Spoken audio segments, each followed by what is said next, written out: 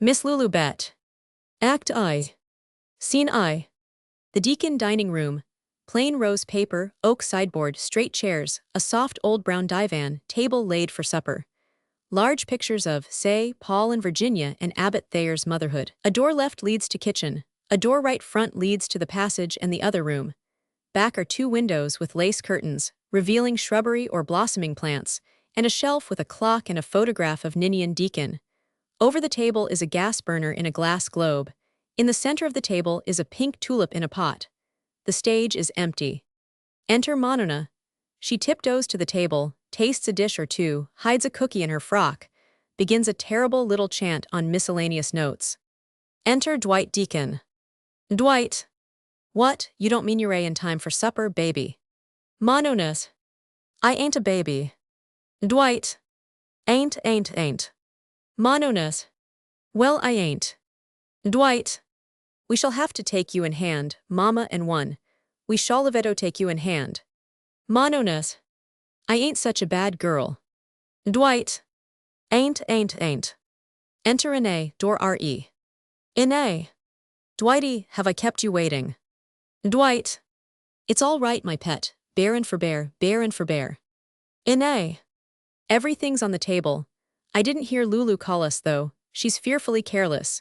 And Dwight, she looks so bad when there's company, I hate to have her around. They seat themselves. Dwight. My dear Ine, your sister is very different from you. Ine. Well, Lulu certainly is a trial. Come, Monona. Dwight. Live and let live, my dear. We have to overlook, you know. What have we on the festive board tonight? Ine. We have creamed salmon, on toast. Mononas. I don't want any. Dwight. What's this? No salmon. Mononas. No. Ine. Oh now, pet, you liked it before. Mononas. I don't want any. Dwight. Just a little, a very little. What is this? Progeny will not eat. Ine. She can eat if she will eat. The trouble is, she will not take the time. Dwight. She don't put her mind on her meals. Ine. Now, Petty, you must eat or y'all get sick. Mononas. I don't want any. Ine. Well, Petty, then how would you like a nice egg? Mononas. No. Ine. Some bread and milk. Mononas. No. Enter Lulu Bett. She carries a plate of muffins. Ine. Lulu, Monona won't eat a thing. I should think you might think of something to fix for her. Lulu's. Can I make her a little milk toast? Mononas. Yes. Ine. Well now, sister, don't toast it too much. That last was too and it's no use. She will not eat it if it's burned. Lulu's. I won't burn it on purpose. Ine. Well, see that you don't, Lulu. Which milk are you going to take? Lulu's. The bottle that sets in front, one eye. Ine. But that's yesterday's milk. No, take the fresh bottle from over back. Monona must be nourished. Lulu's. But then the yesterday's little sour, and I can't make a custard pie. Dwight. Kindly settle these domestic matters, without bringing them to my attention at meal time. Observes the tulip. Flowers, who's been having flowers sent in? Ine. Ask Lulu. Dwight. Suitors. Lulu's. It was a quarter, there'll be 5 flowers. Dwight. You bought it. Lulu's. Yes, 5 flowers, that's a nickel apiece. Dwight. Yet we give you a home on the supposition that you have no money to spend, even for the necessities. Ine. Well, but Dwighty, Lulu isn't strong enough to work, what's the use? Dwight. The justice business and the dental profession do not warrant the purchase of spring flowers in my home. Ine. Well, but Dwighties. Dwight. No more, Lulu meant no harm. Ine. The back bottle, Lulu, and be as quick as you can. Remember the back bottle. She has a terrible 7 will, hangs on to her own ideas and hangs on. Exit Lulu. Dwight. Forbearance, my pet, forbearance. Baked potatoes. That's good. The baked potato contains more nourishment than potatoes prepared in any other way. Roasting retains it. Ine. That's what I always think. Dwight. Where's your mother? Isn't she coming to supper? Inay. No tantrum. Dwight. Oh ho, mama has a tantrum. My dear Inay, your mother is getting old. She don't have as many clear-headed days as she 999. Inay. Mama's mind is just as good as it ever was, sometimes. Dwight. Hadn't I better call her up? Inay. You know how mama is. Enter Lulu. She takes flower pot from table and throws it out the window. Exit Lulu. Dwight. I'd better see. Goes to door and opens it. Mother Bett, come and have some supper. Looks to me Lulu's muffins go down pretty easy. Come on, I had something funny to tell you. And Inay. Returns. No use, she's got a tall one on tonight, evidently. What's the matter with her? Inay. Well, I told Lulu to put the creamed salmon on the new blue platter, and Mama thought I ought to use the old deep dish. Dwight. You reminded her that you are mistress here in your own home, but gently, I hope. Inay. Well, I reminded her. She said if I kept on using the best dishes, I wouldn't have a cup left for my own wake. Dwight. And my little puss insisted. Inay. Why, of course. I wanted to have the table look nice for you, didn't I? Dwight. My precious pussy. Inay. So then she walked off to her room. Monona sings her terrible little chant. Quiet, petty, quiet. Dwight. Softly, softly, softly, softly. Well, here we are, aren't we? I tell you, people don't know what living is if they don't belong in a little family circle. Inay. That's what I always think. Dwight. Just coming home here and sort of settling down. It's worth more than a tonic at $1 the bottle. Look at this room. See this table. Could anything be pleasanter? Inay. Monona, now it's all over both ruffles. And Mama does try so hard. Dwight. My dear, can't you put your mind on the occasion? Inay. Well, but Monona is so messy. Dwight. Women cannot generalize. Clock strikes half-hour. Curious how that clock loses. It must be fully 1:45. It is 1:45. I am pretty good at guessing time.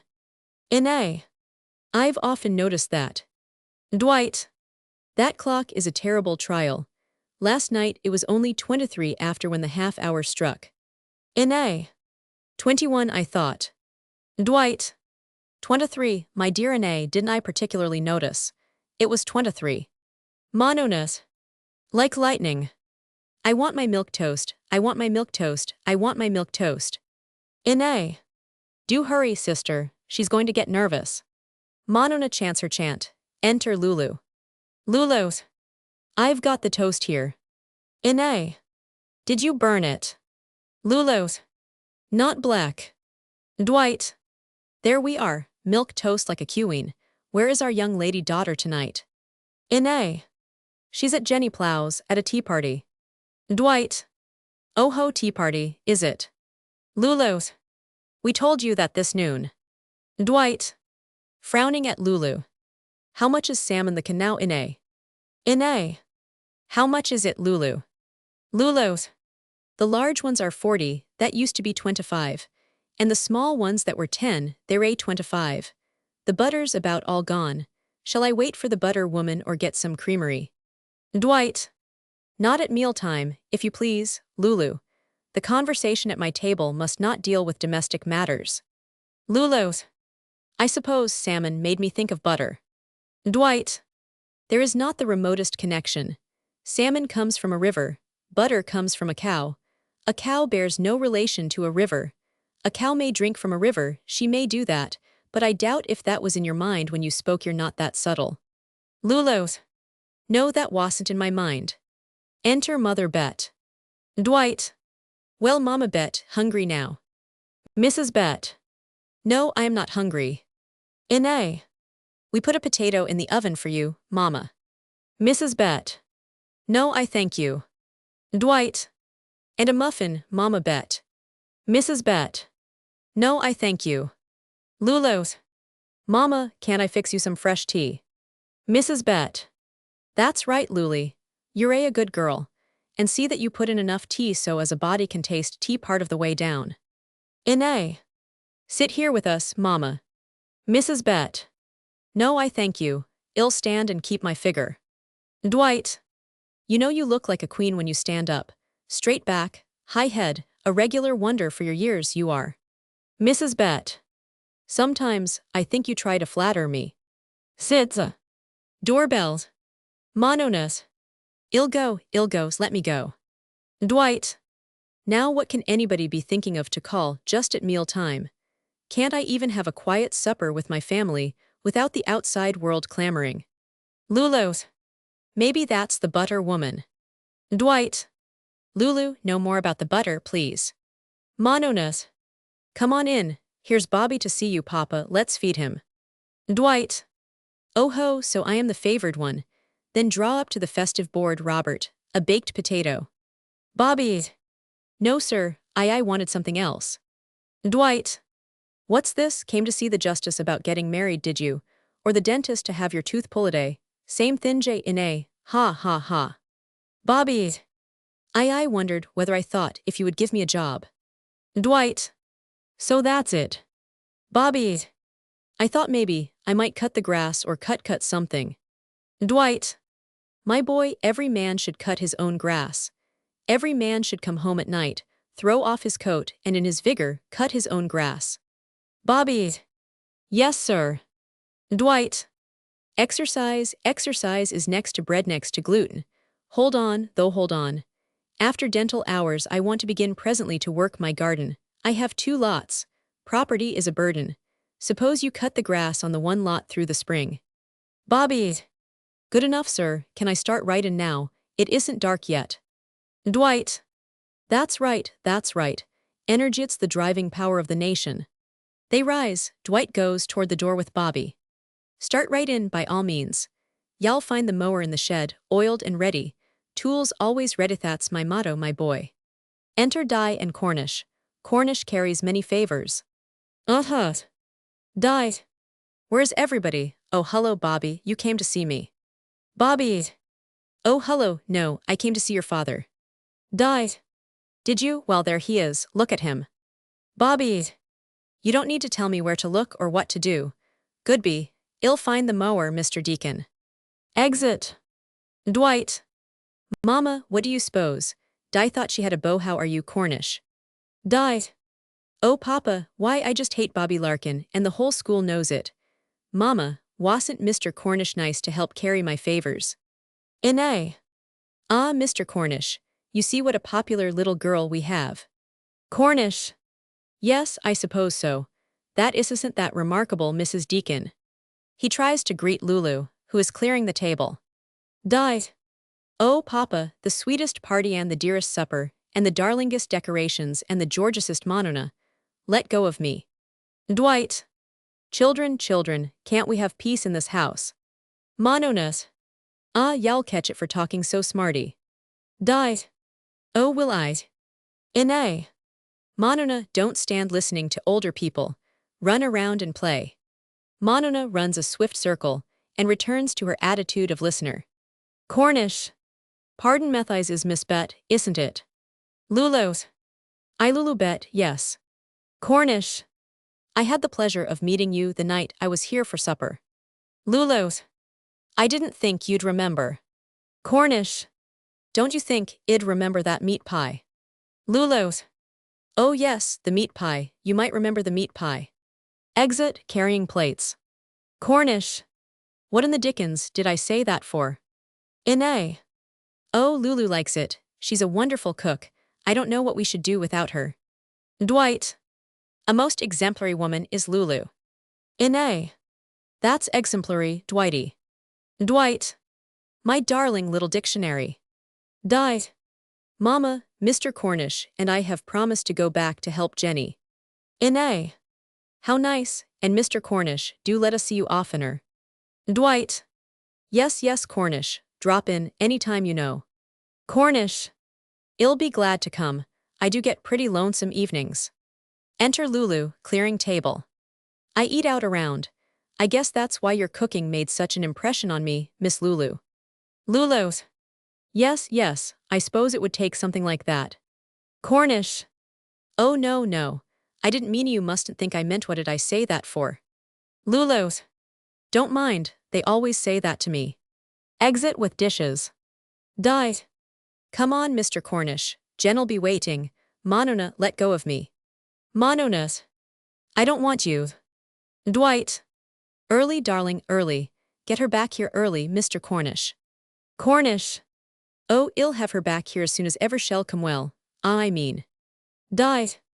Good be Dwight and an A. Exit Die and Cornish. Dwight. Nice fellow, nice fellow. Don't know whether he'll make a go of his piano store, but he's studying law evenings. In A. But we don't know anything about him, Dwight. A stranger so. Dwight. On the contrary, I know a great deal about him. I know that he has a little inheritance coming to him. In A. An inheritance serially. I thought he was from a good family. Dwight. My mercenary little pussy. In A. Well, if he comes here, so very much you know what we may expect. Dwight. What may we expect? In A. He'll fall in love with 501. And a young girl is awfully flattered when a good-looking older man pays her attention. Haven't you noticed that? Dwight. How women generalize. My dear Ine, I have other matters to notice.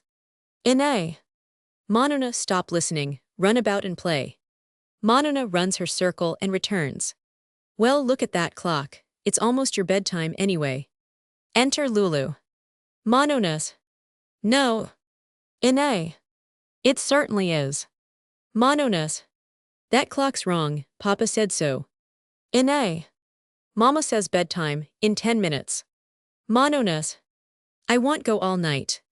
Dwight. Daughter, daughter, daughter. Mononas. I won't go for a week. Dwight sees on clock shelf a letter. Ine. Oh, Dwight, it came this morning, I forgot. Lulu's. I forgot too, and I laid it up there. Dwight. Isn't it understood that my mail can't wait like this? Lulu's.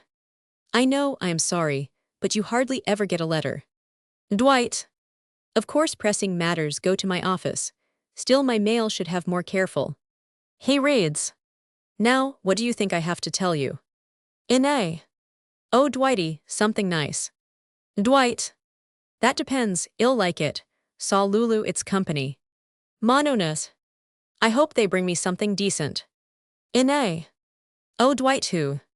Dwight. My brother from Oregon. Ine. Ninian coming here. Dwight. Someday next week. He don't know what a charmer Lulu is or he'd come quicker. Ine. Dwight, it's been years since you've seen him. Dwight. 1920, must be 20. Ine. And he's never seen me. Dwight. Nor Lulu. Ine. And think where he's been, South America, Mexico, Panama and all. We must put it in the paper. Mrs. Bett. Who's coming? Why don't you say who's coming? You all act so dumb. Lulu's. It's Dwight's brother, mother, his brother from Oregon. Mrs. Bett. Never heard of him. Lulu's. Taking photograph from shelf. That one, mother. You've dusted his picture lots of times. Mrs. Bett. That got to have him around long. Dwight. I don't know, wait till he sees Lulu. I expect when he sees Lulu you can't drive him away.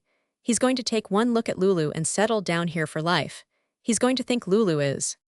Lulu's. I think the tea must be steeped now. Exit. Dwight. He's going to think Lulu is a stunner. The clock strikes, Monona shrieks. Is the progeny hurt? Ine. Bedtime, now Monona, be mama's nice little lady Monona, quiet, petty, quiet. Lulu enters with tea and toast. Lulu, want you take her to bed. You know Dwight and I are going to study club. Lulu's. Their mother, yes, I'll take her to bed. Come Monona, and stop that noise instantly. Monona stops. As they cross, Dwight spies the tulip on Lulu's gown. Dwight. Lulu, one moment. You picked the flower on the plant. Lulu's. Yes, I picked it. Dwight. She buys a hothouse plant and then ruins it. Lulu's. Aye.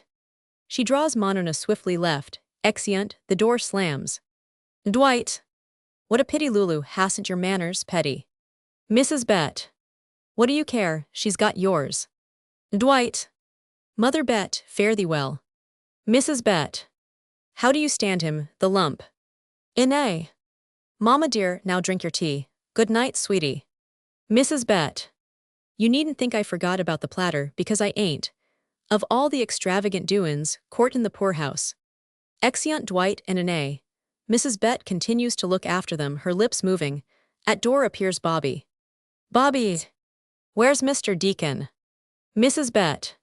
Gone, thank the Lord. Bobby! I've got the grass cut. Mrs. Bett. You act like it was a trick. Bobby! Isis, everybody gone. Mrs. Bett. Who's this you're talkin' to? Bobby. Yes, well, I meant I guess I'll go now. Enter 501, die. Well, Bobby Larkin, are you cutting grass in the dining room? Bobby. No, Mom, I was not cutting grass in the dining room. Enter Lulu, collects her mother's dishes, folds cloth and watches. Die. I used to think you were pretty nice, but I don't like you anymore. Bobby. Yes, you used to. Is that why you made fun of me all the time? Die. I had to, they all were teasing me about you. Bobby. They were teasing you about me. Die. I had to make them stop, so I teased you. I never wanted to. Bobby. Well, I never thought it was anything like that. Die. Of course you didn't. I wanted to tell you.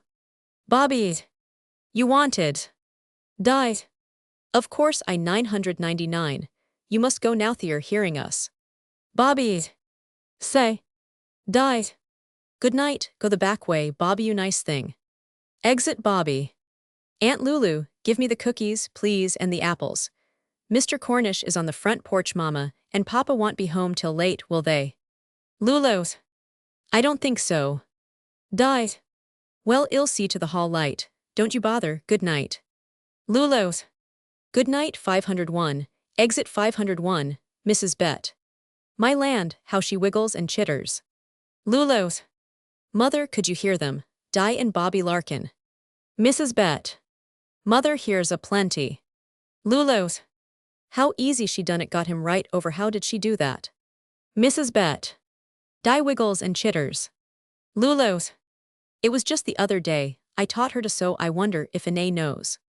Mrs. Bett. What's the use of you findin' fault with Anne? Where'd you been if she hadn't married? I'd like to know. What say?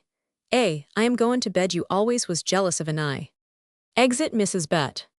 Lulu crosses to shelf, takes down photograph of Ninian Deacon, holds it, looks at it. Curtain. Scene Roman 2. Same set, late afternoon, a week later. The table is cleared of dishes and has an oilcloth cover. Bobby is discovered outside the window, on whose sill Di is sitting. Bobby. So you despise me for cutting grass? Di. No, I don't. But if you're going to be a great man, why don't you get started at it? Bobby. I am started at it inside, but it don't earn me a cent yet. Di. Bobby, I know you're great now, don't you ever think I don't, but I want everybody else to know. Bobby. Di, when you said that it sounded just like you know. Di. Like what? Bobby. Like a wife, gee, what a word that is. Di.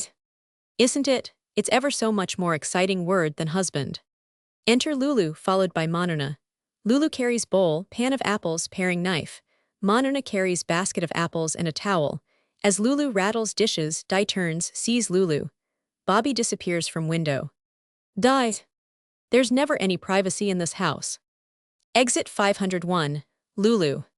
Hurry, Monona, I must make the pies before I get dinner. Now wipe everyone. Mononas. What for? Lulu's. To make the pies. Mononas. What do you want to make pies for? Lulu's. Do eat. Mononas. What do you want to eat for? Lulu's. To grow strong and even sensible. Mononas. It's no fun asking you a string of questions. You never get mad. Mama gets good and mad. So does Papa. Lulu's. Then why do you ask them questions? Mononas. Oh, I like to get them going. Lulu's. Mononas. Mononas. I told Mama I didn't pass, just so I could hear her. Lulu's. Why Monona? Mononas. Then when I told her I did pass, she did it again. When she's mad, she makes awful funny faces. Lulu's. You love her, don't you, Monona? Mononas. I love her best when there's company. If there was always company, I'd always love her. Isn't she sweet before Uncle Ninian, though? Lulos. I don't know. Monona, you mustn't talk so. Mononas. He's been here a week, and Mama hasn't been cross once. Want to know what he said about you? Lulos. Headed he say anything about me? Mononas. He told Papa you were the best cook he'd ever ate. Said he'd ate a good many. Lulos. The cooking, it's always the cooking. Mononas. He said some more, but I can't remember. Lulos. Monona, what else did he say? Mononas. I don't know. Lulos. Try. Mononas. Here he is now, ask him to his face. Hello, Uncle Ninian, Goodby. Exit Monona, enter Ninian. Ninians. Hello, kitten, ask him what do you want to ask him? Lulos. I think I was wondering, what kind of pies you like best? Ninians. That's easy, I like your kind of pies best. The best ever. Every day since I've been here I've seen you baking, Mrs. Bett. Lulos. Yes, I bake, what did you call me then? Ninians. Mrs. Bett, isn't it? Everyone says just Lulu, but I took it for granted, well, no, is it Mrs. or Miss Lulu Bett? Lulos. It's Miss from choice. Ninians. You bet, oh you bet, never doubted that. Lulos. What kind of a mister are you? Ninians. Never give myself away. Say, by George, I never thought of that before. There's no telling whether a man's married or not by his name. Lulos. It doesn't matter. Ninians. Wise. Lulos. Not so many people want to know. Ninians. Say you're a pretty good, aren't you? Lulos. If I am, it never took me very far. Ninians. Where you been mostly? Lulos. Here, I've always been here, 15 years with an A, before that we lived in the country. Ninians.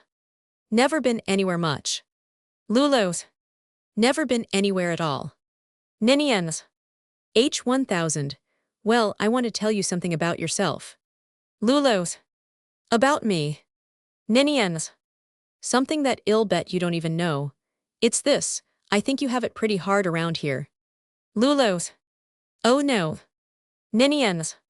See here, do you have to work like this all the time? I guess you won't mind my asking. Lulos. But I ought to work, I have a home with them, mother too. Ninians.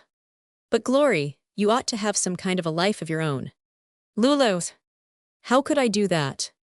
Ninians. A man don't even know what he's like till he's roamed around on his own. Course a woman don't understand that. Lulos. Why don't she? Ninians. Do you? Lulu nods. I've had 25 years of galloping about Brazil, Mexico, Panama. Lulos. Might. Ninians. It's the life. Lulos. Must be, I. Ninians. Yes, you've never had a thing. I guess you don't know how it seems to me, coming along a stranger so. I don't like it. Lulos. They're very good to me. Ninians. Do you know why you think that? Because you've never had anybody really good to you, that's why. Lulos. But they treat me good. Ninians. They make a slavey of you, regular slavey, damned shame I call it. Lulos. But we have our whole living. Ninians. And you earn it, I've been watching you ever since I've been here. Don't you ever go anywhere? Lulos. Oh no, I don't go anywhere. Ninians. Lord, don't you want to? Of course you do. Lulos.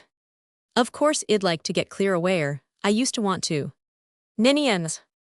Say you've been a blamed fine-looking woman. Lulos. You must have been a good-looking man once yourself. Ninians. You're a pretty good. I don't see how you do it, darned if I do. Lulos. How I do what? Ninians. Why come back quick like that with what you say, you don't look it. Lulos. It must be my grand education. Ninians. Education. I ain't never had it and I ain't never missed it. Lulos. Most folks are happy without an education. Ninians. You're not very happy though. Lulos. Oh no. Ninians. Well, you ought to get up and get out of here and find some work you like to do. Lulos. But you see, I can't do any other work. That's the trouble. Women like me can't do any other work. Ninians. But you make this whole house go round. Lulos. If I do, nobody knows it. Ninians. I know it. I hadn't been in the house 24 hours till I knew it. Lulos. You did, you thought that. Yes. Well, if I do, I hate making it go round. Ninians. See here, couldn't you tell me a little bit about what you'd like to do, if you had your own way? Lulos. I don't know, no. Ninians. What did you ever think you'd like to do? Lulos. Take care of folks that needed me. I mean sick folks or old folks or like that. Take care of them, have them want me. Ninians. By George, you're a wonder. Lulos. Am I? Asked Dwight. Ninians. Dwight, I could knock the top of his head off the way he speaks to you. I'd like to see you get out of this, I certainly would. Lulos. I can't get out, I'll never get out now. Ninians. Don't keep saying now like that. Yow, you put me out of business, darned if you don't. Lulos. Oh, I don't mean to feel sorry for myself. You stop making me feel sorry for myself. Ninians. I know one thing. I'm going to give Dwight Deacon a chunk of my mind. Lulos. Oh no, I wouldn't want you to do that, thank you. Ninians. Well, somebody ought to do something. See here, while I'm staying around, you know you've got a friend in me, don't you? Lulos. Do I? Ninians. You bet you do. Lulos. Not just my cooking. Ninians. Oh come Noe, I liked you the first moment I saw you. Lulos. Honest. Ninians. Go on, did you like me? Lulos. Now you're just being polite. Ninians. Say I wish there was some way. Lulos. Don't you bother about me. Ninians. I wish there was some way. Monona's voice chants. Enter Monona. Mononas. You've had him long enough, Aunt Lulu, can't you pay me some attention? Ninians. Come here, give us a kiss. My stars, what a great big tall girl, have to put a board on her head to stop this growing. Mononas. Seeing diamond. What's that? Ninians. That diamond came from Santa Claus. He has a jewelry shop in heaven. I have 20 others like this one. I keep the others to wear on the Sundays when the sun comes up in the west. Mononas. Does the sun ever come up in the west? Ninians. Sure, on my honor. Someday I'm going to melt a diamond and eat it. Then you sparkle all over in the dark ever after. I'm going to plant one too someday. Then you can grow a diamond vine. Yes, on my honor. Lulos. Don't do that. Ninians. What? Lulos. To her, that's lying. Ninians. Oh no, that's not lying, that's just drama. Do you like going to a good show? Lulos. I've never been to any, only those that come here. Ninians. Think of that now, don't you ever go to the city? Lulos. I haven't been in 6 years and over. Ninians. Well sir, I'll tell you what I am going to do with you. While I am here I am going to take you and Anae and Dwight up to the city to see a show. Lulos. Oh, you don't want me to go. Ninians. Yes sir, I'll give you one good time. Dinner and a show. Lulos. Anae and Dwight do that sometimes. I can't imagine me. Ninians. Well, you're coming with me. I'll look up something good. And you tell me just what you like to eat and we'll order it. Lulos. It's been years since I've eaten anything that I haven't cooked myself. Ninians. It has, say by George, why shouldn't we go to the city tonight? Lulos. Tonight. Ninians. Yes, if Dwight and Anae will. It's early yet, what do you say? Lulos. You sure you want me to go? Why, I don't know whether I've got anything I could wear. Ninians. Sure you have. Lulos. I have. I could wear the waist I always thought they'd use if I died. Ninians. Sure you could wear that, just the thing. And throw some things in a badget'll be too late to come back tonight. Now don't you back out. Lulos. Oh, the pies. Ninians. Forget the peace, well no I wouldn't say that, but hustle them up. Lulos. Oh maybe Anae won't go. Ninians. Leave a nay to me. Exit Ninian. Lulu's. Mother, Monona, put the rest of those apples back in the basket and carry them out. Monona's. Yes, Aunt Lulu. Lulu's. I can't get ready, they'll leave me behind. Mother, hurry Monona, we mustn't leave such a looking house. Mother, Monona, don't you drop those apples. Monona drops them all. My heavens, my pies aren't in the oven yet. Enter Mrs. Bett. Mrs. Bett. Who wants their mother? Lulu's. Mother, please pick up these things for Meckwick. Mrs. Bett. Leisurely. What is the rush, Luli? Lulu's. Mother, Mr. Deacon Ninian, you know wants Anay and Dwight and me to go to the theater tonight in the city. Mrs. Bett. Does he? Well, you mind me, Luli, and go on. It'll do you good. Lulu's. Yes, mother, I will. Exit with pies. Mrs. Bett. No need breaking everybody's neck off, though, as I know of. Monona, get out from under my feet. Monona's. Grandma, compared between what I am, you are nothing. Mrs. Bett. What do you mean, little ape? Monona's. It's no fun to get you going. You're a too easy, Grandma dear. Exit, enter Ninian. Ninian's. All right, Dwight and Anay are game. Oh, Mrs. Bett, want you come to the theater with us tonight? Mrs. Bett. No, I am fooled enough without fooling myself on purpose, but Luli can go. Ninian's. You don't let her go too much, do you, Mrs. Bett? Mrs. Bett. Well, I ain't never let her go to the altar, if that's what you mean. Ninian's. Don't you think she'd be better off? Mrs. Bett. Wouldn't make much difference. Why, look at me. A husband, 6 children, 4 of 'em under the sod with him, and sometimes I feel as though nothing more had happened to me than has happened to Luli. It's all gone. For me just the same as for her. Only she ain't had the pain. Yawns. What was I talking about just then? Ninians. We were talking about going to the theater. Mrs. Bett. Going to the theater, are you? Enter Lulu. Ninians. It's all right, Miss Lulu, they'll go both of them. Dwight is telephoning for the seats. Lulu's. I was wondering why you should be so kind to me. Ninians. Kind, why this is for my own pleasure, Miss Lulu. That's what I think of mostly. Lulu's. But just see, it's so wonderful. Half an hour ago I never thought I'd be going to the city no with you all. Ninians. I am an impulsive cuss y'all find, Miss Lulu. Lulu's. But this is so wonderful. Enter Inay. Inay, isn't it beautiful that we're going? Inay. Oh, are you going? Ninians. Of course she's going. Great snakes, why not? Inay. Only that Lulu never goes anywhere. Ninians. Whose fault is that? Lulu's. Just habit, pure habit. Ninians. Pure cussedness somewhere. Miss Lulu, now you go and get ready and Inay and I'll finish straightening up here. Lulu's. Oh, I'll finish. Ninians. Go and get ready, I want to see that waist. Lulu's. Oh, but I don't need to go yet. Ninians. Inay, you tell her to go. Inay. Well, but Lulu, you aren't going to bother to change your dress, are you? You can slip something on over. Lulu's. If you think this would do. Ninians. It will not do, not for my party. Shuts the door upon her. Inay. How in the world did you ever get Lulu to go, Ninian? We never 999. Ninian. It was very simple, I invited her. Inay. Oh, you mean. Ninians.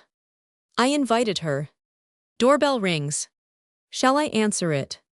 Inay. Will you please? Exit Ninian. Mother, have you seen Di anywhere? Mrs. Bett. I ain't done nothing but see her. Motions to window. Inay. At window. Forevermore, that Larkin boy again. Di Diana Deacon, come here at once. Dis voice. Yes, mama. At window. Want me? Inay. I want you to stop making a spectacle of me before the neighborhood. Di. Of you. Inay. Certainly. What will people think of me if they see you talking with Robert Larkin the whole afternoon? Di. We weren't thinking about you, mummy. Inay. No, you never do think about me. Nobody thinks about me. And Mama does try so hard. Die. Oh Mama, I've heard you say that 50 times. Inay. And what impression does it make? None. Nobody listens to me. Nobody. Enter Ninian and Cornish. Ninians. All right to bring him in here. Inay. Oh Mr. Cornish, how very nice to see you. Cornish. Good afternoon, Mrs. Deacon. How are you, Miss Di? Ninians. I've just been asking Mr. Cornish if he want join us tonight for dinner and the show. Inay. Oh Mr. Cornish, dowd be so glad. Cornish. Why if that wouldn't be. Ninians. You're invited, Dies you know. Di. Me, oh how heavenly. Oh but I've an engagement with Bobby. Inay. But I am sure you'd break that to go with Uncle Ninian and Mr. Cornish. Di. Well, I'd break it to go to the theater. Inay. Why Di Deacon? Di. Oh, of course to go with Uncle Ninian and Mr. Cornish. Cornish. This is awfully good of you. I dropped in because I got so lonesome I didn't know what else to do that is, I mean. Ninians. We get it, we get it. Inay.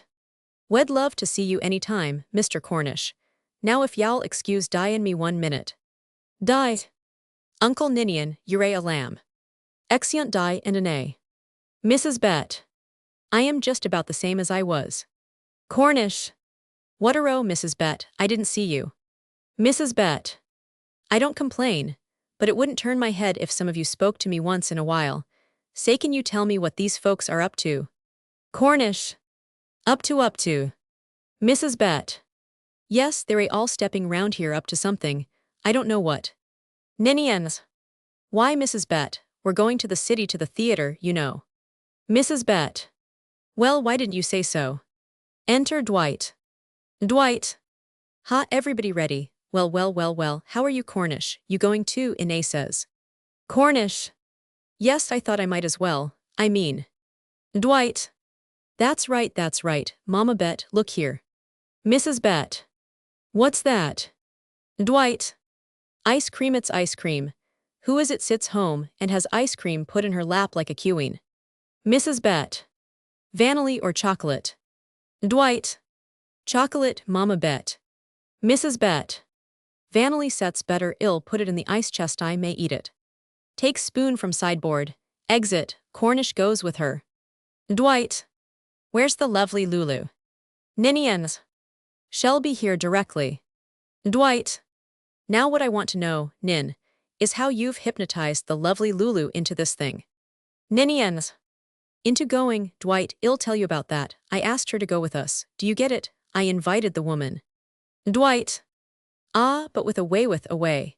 She's never been anywhere like this with us. Well, Nin, how does it seem to see me settled down into a respectable married citizen in my own town, eh? Ninians. Ah, you seem just like yourself. Dwight. Yes, I don't change much. Don't feel a day older than I ever 999. Ninian. And you don't act it. Dwight. You wouldn't think it to look at us, but our aunt had her hands pretty full bringing us up. Nin, we must certainly run upstate and see Aunt Molly while you're here. She isn't very well. Ninians. I don't know whether I'll have time or not. Dwight. Nin, I love that woman. She's an angel. When I think of her, I feel I give you my word I feel like somebody else. Enter Mrs. Bett and Cornish. Ninians. Nice old lady. Mrs. Bett. Who's a nice old lady? Dwight. You Mama Bett, who else but yows? Well now Nin, what about you? You've been saying mighty little about yourself. What's been happening to you anyway? Ninians. That's the question. Dwight. Traveling mostly, eh? Ninians. Yes, traveling mostly. Dwight. I thought and I might get over to the other side this year, but I guess not. Mrs. Bett. Pity not to have went while the going was good. Dwight. What's that, Mama Bett? Enter Lulu. Ah, the lovely Lulu. She comes. My word, what a costume and a coiffure. Lulu. Thank you. How do you do, Mr. Cornish? Cornish. How do you do, Miss Lulu? You see they're taking me along too. Lulu. That's nice, but Mr. Deacon, I'm afraid I can't go after all. I haven't any gloves. Ninians. No backing out now. Dwight. Can't you wear some old gloves of Inae's? Lulu's. No, no. Inae's gloves are too fat for me, I mean too, mother. How does this hat look? Mrs. Bett. You'd ought to know how it looks, Lulu. You've had it on your head for 10 years, hand-running. Lulu's. And I haven't any theater cape. I couldn't go with my jacket and no gloves, could I? Dwight. Now why need a charmer like you care about clothes? Lulu's. I wouldn't want you gentlemen to be ashamed of me. Cornish. Why, Miss Lulu, you look real neat. Mrs. Bett. Act as good as you look, Lulu. You mind me and go on. Enter Inae. Dwight. Huh, already with our hat on. For a wonder, already with our hat on. Inae. That isn't really necessary, Dwight. Lulu's. Inae, I wondered, I thought about your linen duster. Would it hurt if I wore that? Dwight. The new ones. Lulu's.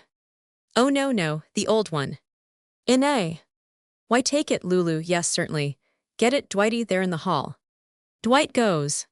Cornish. Miss Lulu, with all the solid virtues you've got, you don't need to think for a moment of how you look.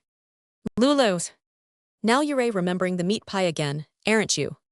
Enter Dwight. Dwight. Now the festive opera cloak.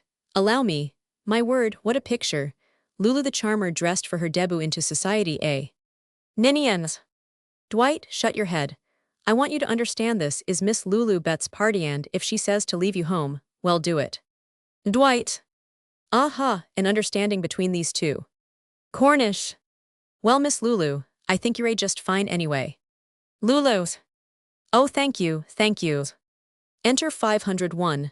Inae. Already, darling. Died. Already and so excited.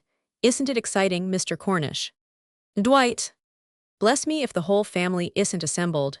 Now isn't this pleasant? 10 let me see 12 minutes before we need set out. Then the city and dinner, not just Lulu's cooking, but dinner, by a chef. Inae. That's Chef Dwighty, not Chef. Dwight. Indicating Inae. Little crusty tonight.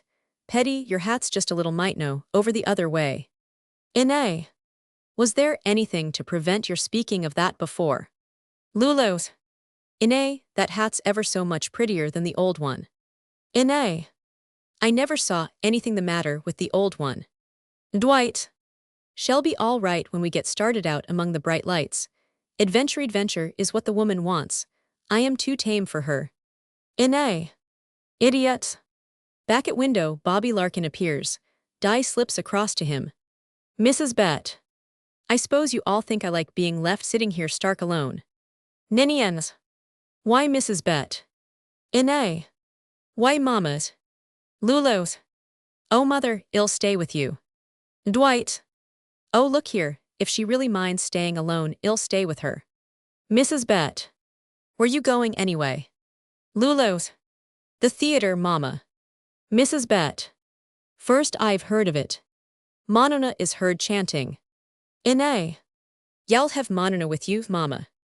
Mrs. Bett utters one note of laughter, thin and high. Enter Monona. Mononas. Where you going? Inae. The city, dear. Monona cries. Now quiet, Petty, quiet. Mononas. You've all got to bring me something, and I'm going to sit up and eat it too. Mrs. Bett. Come here, you poor, neglected child. Throughout the following scene, Mrs. Bett is absorbed with Monona, and Di with Bobby. Dwight. What's Lulu the charmer so still for, eh? Lulu's. I was thinking how nice it is to be going off with you all like this. Dwight. Such a moment advertises to the single the joys of family life, as Inae, and I live it. Inae. It's curious that you've never married, Ninian. Ninians. Don't say it like that, maybe I have, or maybe I will. Dwight. She wants everybody to marry, but she wishes she hadn't. Inae. Do you have to be so foolish? Dwight. Hibiter gets started before she makes a scene. It's too early yet though. Well, Lulu, you dance on the table. Inae. Why, Dwight? Dwight. Got to amuse ourselves somehow. They'll begin to read the funeral service over us. Ninians. Why not the wedding service? Dwight. Huz. Ninians. I shouldn't object, should you, Miss Lulu? Lulu's. I don't know it, so I can't say it. Ninians. I can say it. Dwight. Where'd you learn it? Ninians. Goes like this. I Ninian take thee Lulu to be my wedded wife. Dwight. Lulu don't dare say that. Ninians. Show him, Miss Lulu. Dwight. I Lulu take thee Ninian to be my wedded husband. Ninians. You will. Lulu's. I will, there I guess I can join in like the rest of you. Ninians. And I will, there by Jove, have we entertained the company or haven't we? Nay. Oh, honestly I don't think you ought to hully things, so hat's the matter, Dwighty. Dwight. Say by George, you know, a civil wedding is binding in the state. Ninians. A civil wedding go. Dwight. But I happen to be a magistrate. Nay. Why Dwight you he Dwighty? Cornish. Mr. Deacon, this can't be possible. Dwight. I tell you, what these two have said is all that they have to say according to law. And there don't have to be witness essay. Lulu's. Don't let Dwight scare you. Ninians. Scare me, why I think it's a good job done if you ask me. Their eyes meet in silence. Nay. Mercy, sister. Dwight. Oh, well I should say we can have it set aside up in the city, and no one will be the wiser. Ninians. Set aside nothing, I'd like to see it stand. Nay. Ninian, are you serious? Ninians. Of course I am serious. Nay. Lulu, you hear him, what are you going to say to that? Lulu's. He isn't in earnest. Ninians. I am in earnest though to die. Lulu's. Oh no. Ninians. You come with me, we'll have it done over again somewhere if you say so. Lulu's. With that couldn't be. Ninians. Why couldn't it be, why couldn't it? Lulu's. How could you want me? Ninians. Didn't I tell you, I liked you from the first minute I saw you. Lulu's. Yes, you 999, but no, I couldn't let you. Ninians. Never mind that, would you be willing to go with me, would you? Lulu's. But you said you wanted maybe you're just doing this because. Ninians. Lulu, never mind any of that, would you be willing to go with me? Lulu's. Oh, if I thought. Ninians. Good girls. Nay. Why Lulu, why Dwight, it can't be legal. Dwight. Why, because it's your sister, I've married dozens of couples this way, dozens. Ninians. Good enough, Lulu? Lulu's. It's all right, I guess. Dwight. Well, it'll be dished. Cornish. Well, by Jerusalem. Nay. Sister. Ninians. I was going to make a trip south this month on my way home from here. Suppose we make sure of this thing and start right off. You'd like that, wouldn't you? Going to Savannah. Lulu's. Yes, I'd like that. Ninians. Then that's checked off. Dwight. I suppose we call off our trip to the city tonight then. Ninians. Call off nothing, come along, give us a send-off. You can shoot our trunks after us, can't you? All right, Miss Lulu or Mrs. Lulu. Lulu's. If you want be ashamed of me. Ninians. I can buy you some things in the city tomorrow. Lulu's. Oh. Nay. Oh mama, did you hear die, Aunt Lulu's married. Died. Married, Aunt Lulu. Nay. Just now, right here by Papa. Died. Oh, to Mr. Cornish. Cornish. No, Miss 501, don't you worry. Nay. To Ninian mama. They've just been married, Lulu and Ninian. Mrs. Bett. Who's going to do your work? Lulu's. Oh, mother dearest, I don't know who will. I ought not to have done this. Well, of course, I didn't do it. Mrs. Bett. I knew well enough you were all keeping something from me. Nay. But mama, it was so sudden. Lulu's. I never planned to do it, mother, not like this. Mrs. Bett.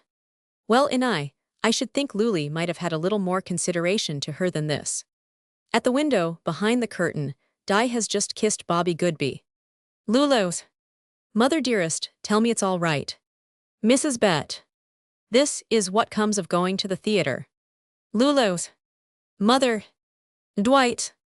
Come on, everybody, if we're going to make that train. Ninians.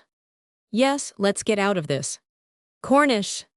Come, Miss 501. In A. Oh, I am so frustrated. Dwight. Come all, onto the festive city. Mononas. Dancing stiffly up and down. I was to a wedding.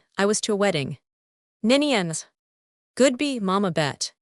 Lulu's mother, don't forget the 2 pies. Curtain. Act Roman 2. Scene I. Side porch, wicker furnished. At the back are 2 windows, attractively curtained and revealing shaded lamps. Between the windows a door of good lines set in white clapboards. The porch is raised but a step or 2.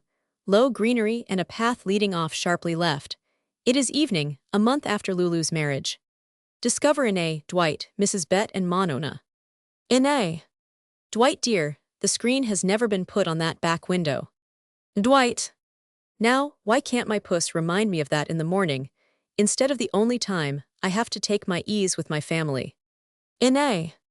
But Dwight, in the mornings you are so busy. Dwight. What an argumentative puss you are. By Jove, look at that rambler rosebush, it's got to be sprayed. In A. You've said that every night for a week, Dwight. Dwight. Don't exaggerate like that, in A. It's bad for Monona. In A. Dwight, look quick. There go our new neighbors. They have a limousine perhaps I have been a little slow about calling. Look at them, Dwight. Dwight. My dear in A, I see them. Do you want me to pat them on the back? In A. Well, I think you might be interested. Monona chants softly.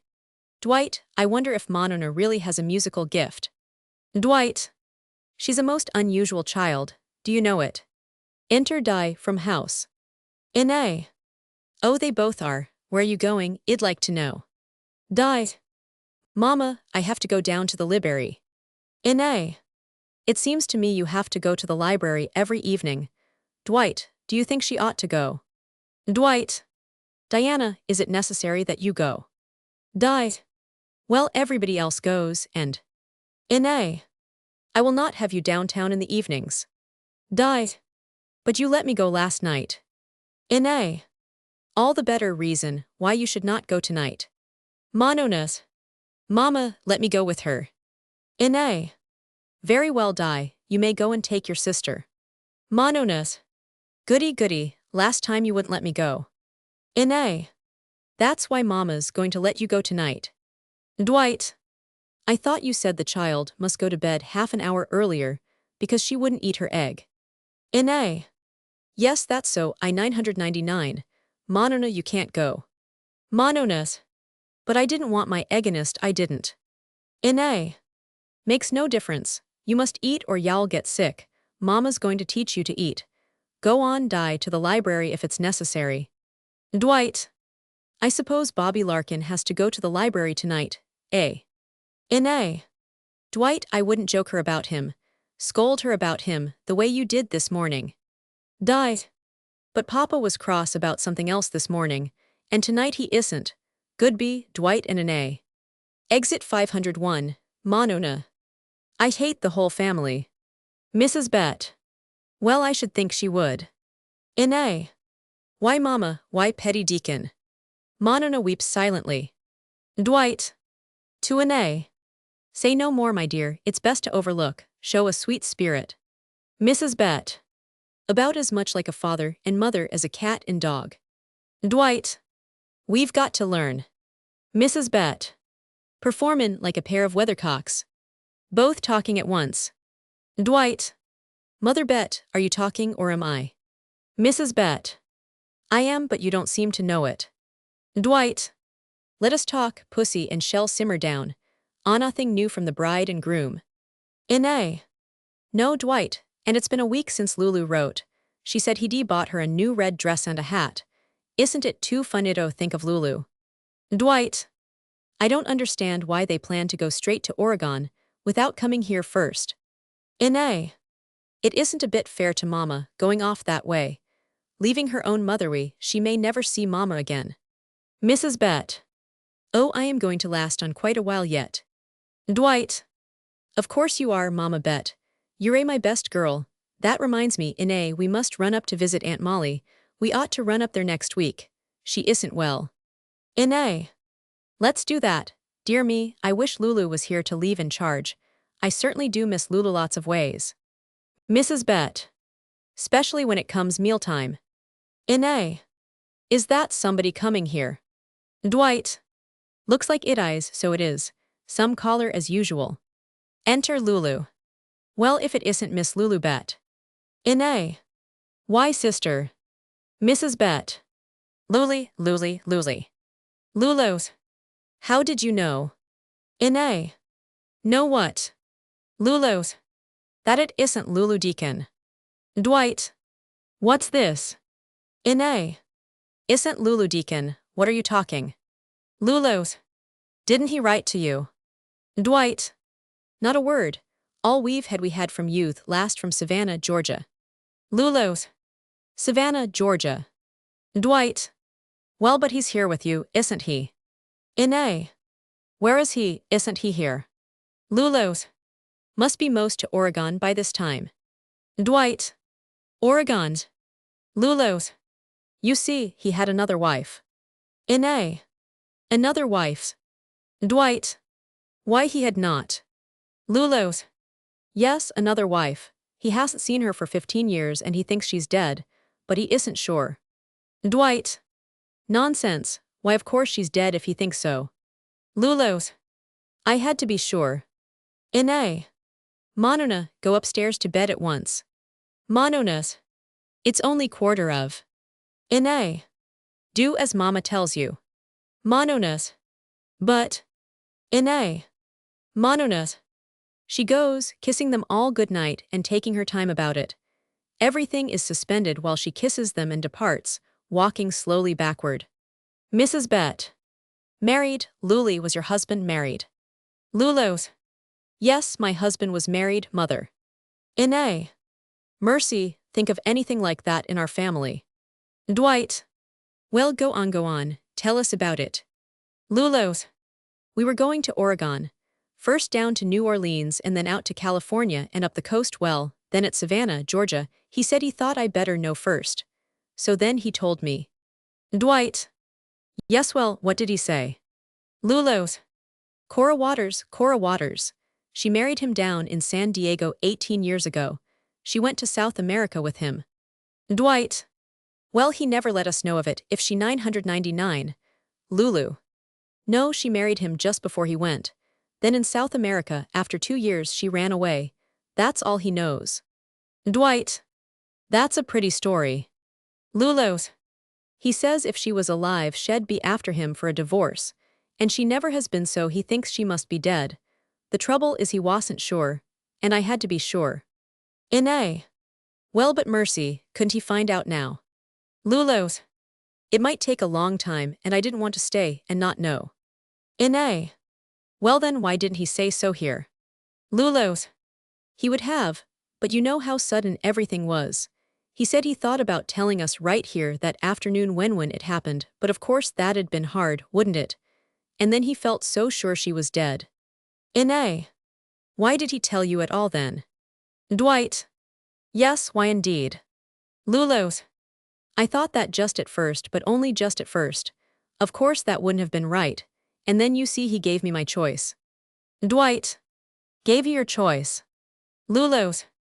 Yes, about going on and taking the chances. He gave me my choice when he told me, there in Savannah, Georgia. Dwight. What made him conclude by then that you ought to be told? Lulu's. Why, he'd got to thinking about it. A silence. The only thing, as long as it happened, I kind of wish he hadn't told me, till we got to Oregon. Lulu, oh you poor thing. Mrs. Bett suddenly joins in tears, rocking her body. Lulu's. Don't, mother, oh don't, he felt bad too. Dwight. He must have. It's you, my sister. Lulu's. I never thought of it making you both feel bad. I knew it would make Dwight feel bad. I mean, it was his brother. Thank goodness, nobody need know about it. Lulu's. Oh yes, people will have to know.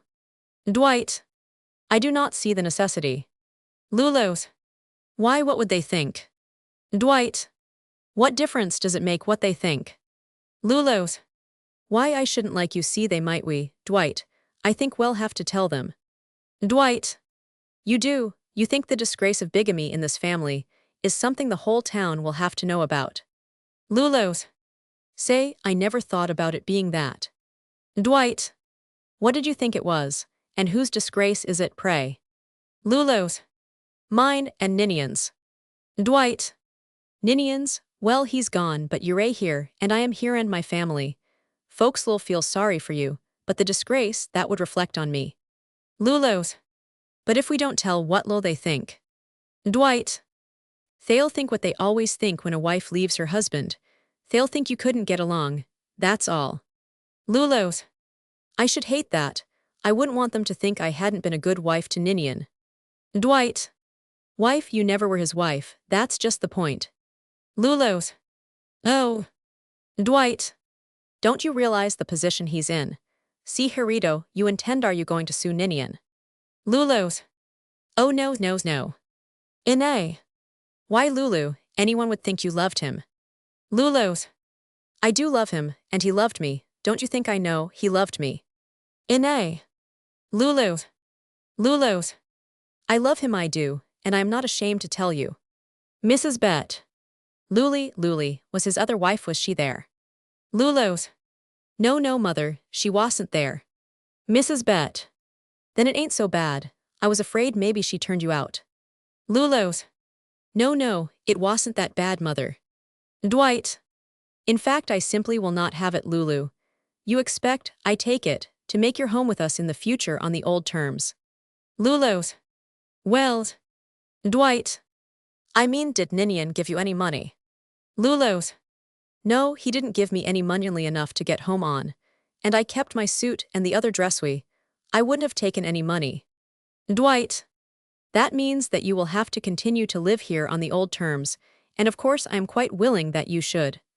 Let me tell you, however, that this is on condition that this disgraceful business is kept to ourselves. Ine. Truly, Lulu, wouldn't that be best? They'll talk anyway. But this way they'll only talk about you, and the other way it'll be about all of us. Lulu's. But the other way would be the truth. Dwight. My dear Lulu, are you sure of that?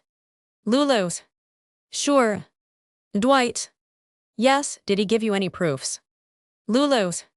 Proofs. Dwight.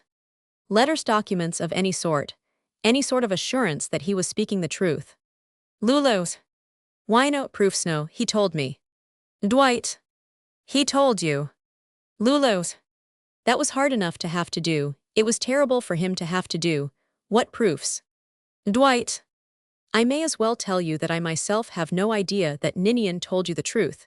He was always imagining things, inventing things, you must have seen that. I know him pretty well, have been in touch with him more or less the whole time. In short, I haven't the least idea he was ever married before. Lulu's. I never thought of that. Dwight. Look here, hadn't you, and he had some little tiff when he told you. Lulu's. No, not once, he was very good to me, this dress and my shoes and my hat, and another dress too. She takes off her hat. He liked the red wing, I wanted black. Oh, Dwight, he did tell me the truth. Dwight. As long as there's any doubt about it, and I feel the gravest doubts, I desire that you should keep silent and protect my family from this scandal. I have taken you into my confidence about these doubts for your own profit. Lulu's. My own profit. Moves toward the door. Ine. Lula, you see, we just couldn't have this known about Dwight's own brother, could we now? Dwight. You have it in your own hands to repay me, Lulu, for anything that you feel I may have done for you in the past. You also have it in your hands to decide whether your home here continues. This is not a pleasant position for me to find myself in. In fact, it is distinctly unpleasant, I may say. But you see for yourself. Lulu goes into the house. Mrs. Bett. Wasn't she married when she thought she was? Ine. Mama, do please remember Monona. Yes, Dwight thinks now she's married all right, and that it was all right, all the time. Mrs. Bett. Well, I hope so, for pity's sakes. Monona's voice. From upstairs. Mama, come on and hear me say my prayers, why don't you? Darkness. Scene Roman 2. Inez seated, Monona jumping on and off the porch, chanting. Enter Dwight. Dwight. Ah, this is great, no place like home after all, is there? Inez. Now Monona, sit down and be quiet. You've played enough for one day. Enter Mrs. Bett. Mononas. How do you know I have? Dwight. Ah, Mama Bett, coming out to enjoy the evening air. Mrs. Bett. No, I thank you. Dwight. Well, well, well, let's see what's new in the great press of our country. They are now seated in the approximate positions assumed at the opening of Scene 1. Inez. Dwight dear, nothing has been done about that screen for the back window. Dwight. Now why couldn't my puss have reminded me of that this morning? Instead of waiting for the only time, I have to take my ease with my family. Inez. But Dwighty, in the mornings you're so busy. Dwight. You are argumentative, pussy, you certainly are, and you ought to curb it. For that matter, I haven't sprayed that rambler rosebush. Inez. Every single night, for a month you've spoken of spraying that rosebush. Dwight. Inez, will you cease your exaggerations on Monona's account if not on mine? Exaggeration, my pet, is one of the worst of female faults. Exaggeration. Inez. Look, Dwight, our new neighbors have got a dog. Great big brute of a thing. He's going to tear up every towel I spread on our grass. Enter Di from the house. Now Di, where are you going? Di. Mama, I have to go down to the library. Inez. Now Di. Di. You let me go last night. Mononas. Mama, I can go, can't I? Because you wouldn't let me go last night. Inez. No, Monona, you may not go. Mononas. Oh, why not? Inez. Because Mama says so, isn't that enough? Mrs. Bett. Anybody'd think you was the king layin' down the law, and layin' down the law, and layin' down where's Lulu? Di. Mama, isn't Uncle Ninian coming back? Inez. Hush, no, now don't ask Mama any more questions. Di. But supposing people ask me, what'll I say? Inez. Don't say anything at all about Aunt Lulu. Di. But Mama, what has she done? Inez. Di, don't you think Mama knows best? Di. Softly. No, I don't. Well, anyway, Aunt Lulu's got on a perfectly beautiful dress tonight. Inez. And you know, Dwight, Lulu's clothes give me the funniest feeling. As if Lulu was wearing things bought for her by someone that wasn't, that was. Dwight. By her husband who has left her. Di. Is that what it is, Papa? Dwight. That's what it is, my little girl. Di. Well, I think it's a shame, and I think Uncle Ninian is a slunge. Inez. Di Deacon. Di. I do, and it'd be a shame to think anything else. I'd like to tell everybody. Dwight. There's no need for secrecy now. Inez. Dwight, really do you think we ought? Dwight. No need whatever for secrecy. The truth is Lulu's husband has tired of her and sent her home. We may as well face it. Inez. But Dwight, how awful for Lulu. Dwight. Lulu has us to stand by her. Enter Lulu. Lulu's. That sounds good, that I have you to stand by me. Dwight. My dear Lulu, the family bond is the strongest bond in the world. Family, tribe, thirpak. Standing up for the family honor, the family reputation is the highest nobility. Exit Di by degrees, left. I tell you, of all history, the most beautiful product is the family tie. Of it are born family consideration. Inez. Why, you don't look like yourself. Is it your hair, Lulu? You look so strain. Lulu's. Don't you like it? Ninian liked it. Dwight. In that case, I think you'd show more modesty if you arranged your hair in the old way. Lulu's. Yes, you would think so. Dwight, I want you to give me Ninian's Oregon address. Dwight. You want what? Lulu's. Ninian's Oregon address. It's a funny thing, but I haven't it. Dwight. It would seem that you have no particular need for that particular address. Lulu's. Yes, I have. I want it. You have it, haven't you, Dwight? Dwight. Certainly I have it. Lulu's. Won't you please write it down for me? She offers him tablet. Dwight. My dear Lulu, now why revive anything? No good can come by. Lulu's. But why shouldn't I have his address? Dwight. If everything is over between you, why should you? Lulu's. But you say he's still my husband. Dwight. If my brother has shown his inclination, as plainly as I judge, that he has it is certainly not my place to put you in touch with him again. Lulu's. I don't know whose place it is, but I've got to know more, Dwight. This afternoon I went to the post office to ask for his address. It seemed so strange to be doing that. After all that's been, they didn't know his address. I could see how they wondered at my asking. And I knew how the others wondered. Mies Martin, Mies Curtis, Mies Grove. Were you hiding that handsome husband of yours? They said. All I could say was that he isn't here. Dwight, I won't live like that. I want to know the truth. You give me Ninian's address. Dwight.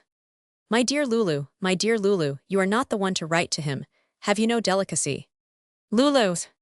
So much delicacy that I want to be sure whether I am married or not. Dwight. Then I myself will take this up with my brother. I will write to him about it. Lulu's. Here's everything. If you're going to write him, do it now. Dwight. My dear Lulu, don't be absurd. Lulu's. Ine, help me. If this was Dwight and they didn't know whether he had another wife or not, and you wanted to ask him and you didn't know where he was, so, don't you see? Help me. Ine.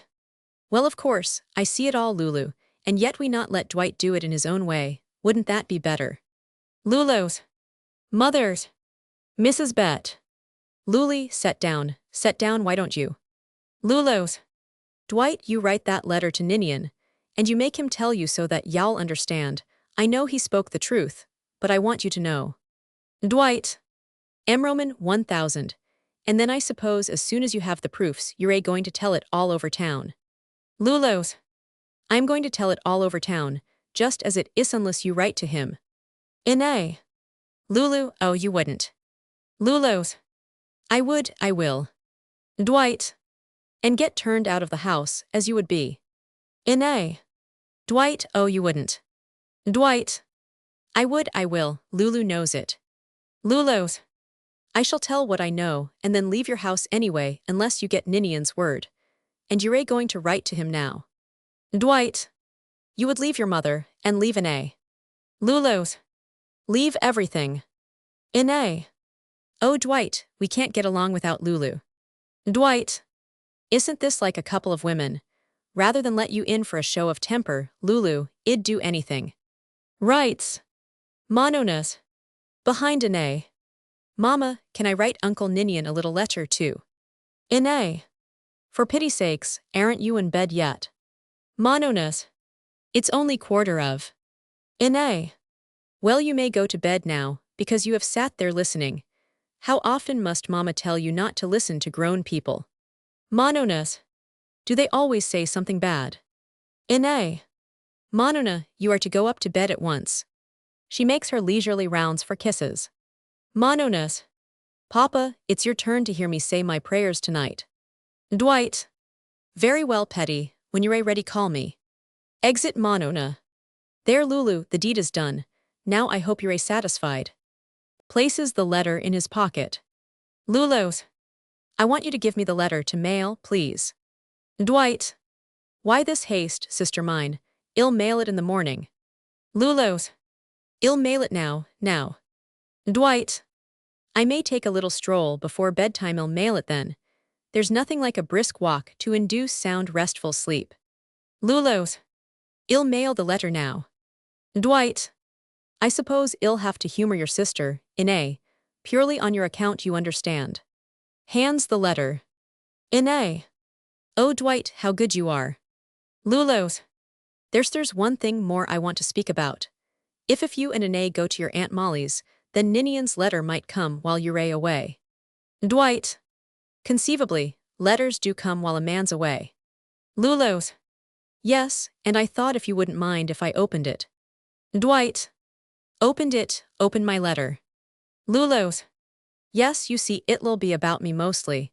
You wouldn't mind if I did open it. Dwight. But you say you know what will be in it, Miss Bett. Lulu's. I did know till I've got to see that letter, Dwight. Dwight. And so you shall, but not until I show it to you. My dear Lulu, you know how I hate having my mail interfered with. You shall see the letter all in good time when Ine and I return. Lulu's. You wouldn't want to let me just see what he says. Dwight. I prefer always to open my own letters. Lulu's. Very well, Dwight. She moves away, right. Ine. And Lulu, I meant to ask you, don't you think it might be better if you kept out of sight for a few days? Lulu's. Why? Ine. Why set people wondering till we have to? Lulu's. They don't have to wonder as far as I am concerned. Exit. Mrs. Bett. I am going through the kitchen to set with Grandma Gates. She always says my visits are like a dose of medicine. Exit Mrs. Bett. Ine. It certainly has changed Lulu, a man coming into her life. She never spoke to me like that before. Dwight. I saw she washed herself. I'd do anything to avoid having a scene. You know that you do know that, don't you? Ine. But I really think you ought to have written to Ninian. It's not a nice position for Lulu. Dwight. Nice, but whom has she got to blame for it? Ine. Why Ninian's? Dwight. Herself, to tell you the truth. I was perfectly amazed at the way she snapped him up here that afternoon. Ine. Why but Dwight? Dwight. Brazen, oh it was brazen. Ine. It was just fun in the first place. Dwight. But no really nice woman. Ine. Dwight, did you say in the letter? Dwight. What did I say? I said, dear brother, I take it that the first wife story was devised to relieve you of a distasteful situation. Kindly confirm. Family well as usual, business fair.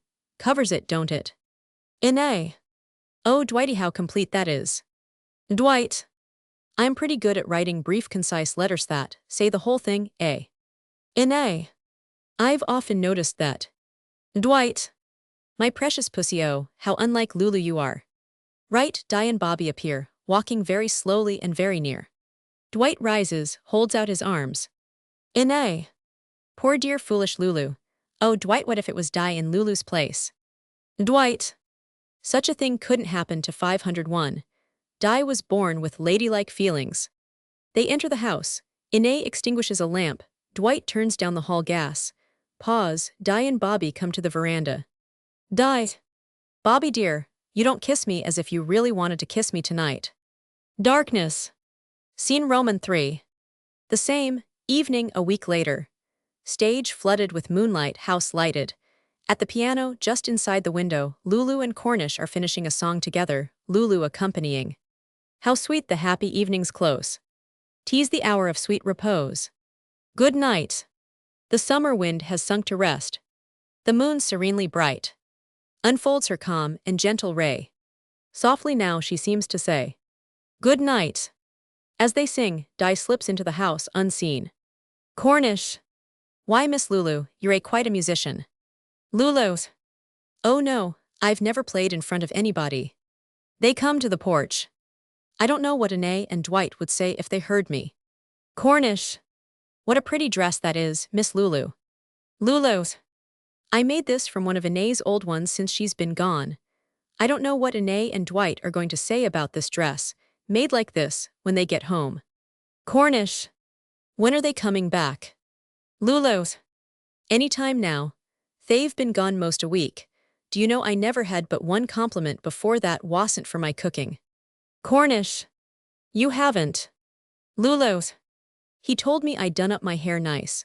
That was after I took notice how the ladies in Savannah, Georgia, done up theirs. Cornish. I guess you can do most anything you set your hand to, Miss Lulu. Look after Miss Di and sing and play and cook. Lulu's. Yes, cook, but I can't earn anything. I'd like to earn something. Cornish. You would, why you have it fine here, I thought. Lulu's. Oh fine, yes. Dwight gives me what I have, and I do their work. Cornish. I see, I never thought of that. Pause. Lulu's. You're wondering why I didn't stay with him. Cornish. Oh no. Lulu's. Yes you are, the whole town's wondering. They're all talking about me. Cornish. Well, Miss Lulu, you know it don't make any difference to your friends what people say. Lulu's. But they don't know the truth. You see, he had another wife. Cornish. Lord sakes. Lulu's. Dwight thinks it isn't true. He thinks she didn't have another wife, you see. Dwight thinks he didn't want me. Cornish. Beautier husband, I mean. Why doesn't he write to Mr. Deacon and tell him the truth? Lulu's. He has written, the letters in there on the piano. Cornish. What did he say? Lulu's. Dwight doesn't like me to touch his mail. I'll have to wait till he comes back. Cornish. Lord sakes, yow, you're too nice a girl to get a deal like this. Darned if you aren't. Lulu's. Oh no. Cornish. Yes, you are too, and there ain't a thing I can do. Lulu's. It's a good deal to have somebody to talk to. Cornish. Sure it is. Lulu's. Cora Waters. Cora Waters of San Diego, California, and she never heard of me. Cornish. No, she never did she? Ain't life the darn. Enter Mrs. Bett. Mrs. Bett. I got Monona into bed, and it's no fool of a job neither. Lulu's. Did you, mother, come and sit down? Mrs. Bett. Yes, she went to bed with a full set of doll dishes. Ain't it nice with the folks all gone? I don't hear any more playin' and singin'. It sounded real good. Lulu's. We sung all I knew how to play, mama. Mrs. Bett. I used to play on the melodeon. Cornish. Well. Mrs. Bett. That was when I was first married. We had a little log house in a clearing in York State. I was 17 and he was 19. While he was chopping, I used to sit on a log with my sewing. Jenny was born in that house. I was alone at the 112 time. I was alone with her when she died, too. She was 16 little bits of hands she had. Yawns, rises, wanders toward door. Can't we have some more playin' and singin'? Lulu's. After a little while, Mammadar. Mrs. Bett. It went kind of nice that last tune you sung. Hums the air, enters house. Cornish. I must be going along too, Miss Lulu. Lulu's. I can't think why Di doesn't come. She ought not to be out like this without telling me. Mrs. Bett appears beside the piano, lifts and examines the letters lying there. Cornish. Well, don't you mind on my account. I've enjoyed every minute I've been here. Lulu's. Mother, those are Dwight's letters, don't you touch them. Mrs. Bett. I ain't hurting them, or him neither. Disappears, the letters in her hand. Cornish. Good night, Miss Lulu. If there was anything I could do at any time, you'd let me know, wouldn't you? Lulu's. Oh, thank you.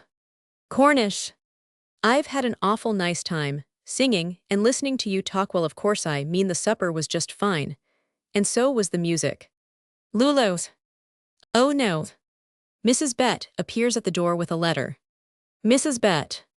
Lulu, I guess you didn't notice. This one's from Ninian. Lulu's. Mother. Mrs. Bett. I opened it. Of course, I 999. It's from Ninian. Holds out unfolded letter and an old newspaper clipping. The paper's awful old, years back, looks like. See, says Corey Waters, music hall singer, married last night to Ninian Deacon. Say, Lulu, that must be her. Lulu's. Yes, that's her. That's her, Cora Waters. Oh, then he was married to her just like he said. Cornish. Oh, Miss Lulu, I am so sorry. Lulu's. No, because he wanted me. He didn't say that just to get rid of me. Cornish. Oh, that way, I see. Lulu's. I am so thankful it wasn't that. Mrs. Bett. Then everything's all right, onked more. Ain't that nice? Lulu's. I am so thankful it wasn't that. Cornish. Yes, I can understand that. Well, I guess I ought to be going now, Miss Lulu. Why, it is Miss Lulu Bett, isn't it? Lulu's. Abstractedly, with the paper. Yes, good night, Mr. Cornish, good night. Cornish. Good night, Miss Lulu. I wonder if you would let me tell you something. Lulu's. Why? Cornish. I guess I don't amount to much. I'll never be a lawyer.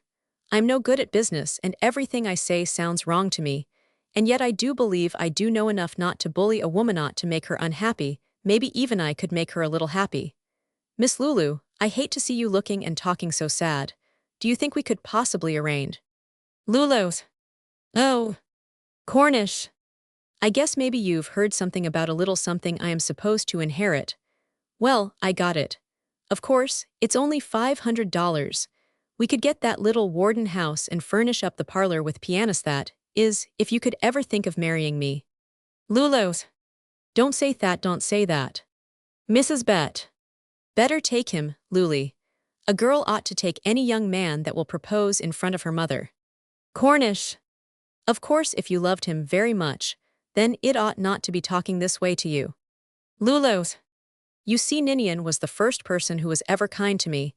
Nobody ever wanted me, nobody ever even thought of me. Then he came. It might have been somebody else. It might have been you. But it happened to be Ninian, and I do love him. Cornish. I see. I guess y'all forgive me for what I said. Lulos. Of course. Cornish. Miss Lulu, if that 500 could be of any use to you, I wish you'd take it. Lulos. Oh, thank you, I couldn't. Cornish. Well, I guess I'll be stepping along. If you should want me, I am always there. I guess you know that. Exit. Mrs. Bett. Better burn that up, I wouldn't have it round. Lulos. But mother dear, try to understand. This means that Ninian told the truth. He wasn't just trying to get rid of me. Mrs. Bett. Did he want you to stay with him? Lulos. I don't know, but I think he 999. Anyway, now I know the truth about him. Mrs. Bett. Well, I wouldn't want anybody else to know. Here, let me have it and burn it up. Lulos.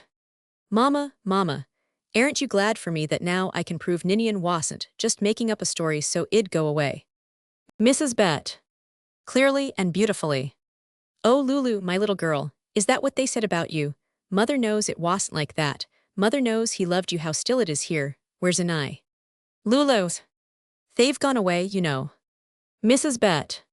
Well, I guess I'll step over to Grandma get us a spell. See how her rheumatism is. I'll be back before long. I'll be back. Exit. For a moment Lulu breaks down and sobs, rises to lay Dwight's letter through the window on piano. Slight sound, she listens. Enter Di from house. She is carrying a traveling bag. Lulos. Di, why Di, what does this mean? Where were you going? Why, Mama want like you're carrying her nice new satchel. Di. Aunt Lulath idea. What right have you to interfere with me like this? Lulos. Di, you must explain to me what this means. Di, where can you be going with a satchel this time of the night? Di Deacon, are you running away with somebody? Di. You have no right to ask me questions, Aunt Lulu. Lulos. Di, you're going off with Bobby Larkin. Aren't you? Di. If I am, it's entirely our own affair. Lulos. Why, 501. If you and Bobby want to be married, why not let us get you up a nice wedding here at home? Di. Aunt Lulu, you're a funny person to be telling me what to do. Lulos. I love you just as much as if I was married happy, in a home. Di. Well, you aren't, and I'm going to do just as I think best. Bobby and I are the ones most concerned in this, Aunt Lulu. Lulos. But getting married is for your whole life. Di. Yours wasn't. Lulos. Di, my dear little girl, you must wait at least till Mama and Papa get home. Di. That's likely. They say I am not to be married till I am 21. Lulos. Well, but how young that is. Di. It is to you. It isn't young to me, remember, Aunt Lulu. Lulos. But this is wrong, it is wrong. Di. There's nothing wrong about getting married if you stay married. Lulos. Well, then it can't be wrong to let your mother and father know. Di. It isn't, but they'd treat me wrong. Moma'd cry and say I was disgracing her. And Papa first he'd scold me and then he'd joke me about it. He'd joke me about it every day for weeks, every morning at breakfast, every night here on the porch joke me. Lulos. Why, Di, do you feel that way too? Di. You don't know what it is to be laughed at or paid no attention to, everything you say. Lulos. Don't I? Is that why you're going? Di. Well, it's one reason. Lulos. But Di, do you love Bobby Larkin? Di. Well, I could love almost anybody real nice that was nice to me. Lulos. Di Roman 501. Di. It's true. Bobby enters. You ought to know that you did it, Mama said so. Lulu, don't you think that I don't know? Die. Oh, Bobby, she's trying to stop us. But she can't do it, I've told her so. Bobby. She don't have to stop us, we're stopped. Die. What do you mean? Bobby. We're minors. Die. Well, gracious, you didn't have to tell them that. Bobby. No, they knew I was. Die. But silly, why didn't you tell them you're a not? Bobby. But I am. Die. For pity's sake, stunt, you know how to do anything. Bobby. What would you have me do, I'd like to know. Die.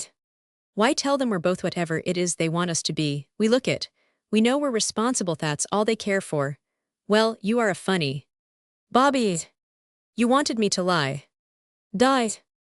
Oh, don't make out you never told a fib. Bobby. Well, but this we die about a thing like this. Die. I never heard of a lover flatting out like that. Bobby. Anyhow, there's nothing to do now. The cat's out. I've told our ages. We've got to have our folks in on it. Die. Is that all you can think of? Bobby. What else is there to think of? Die.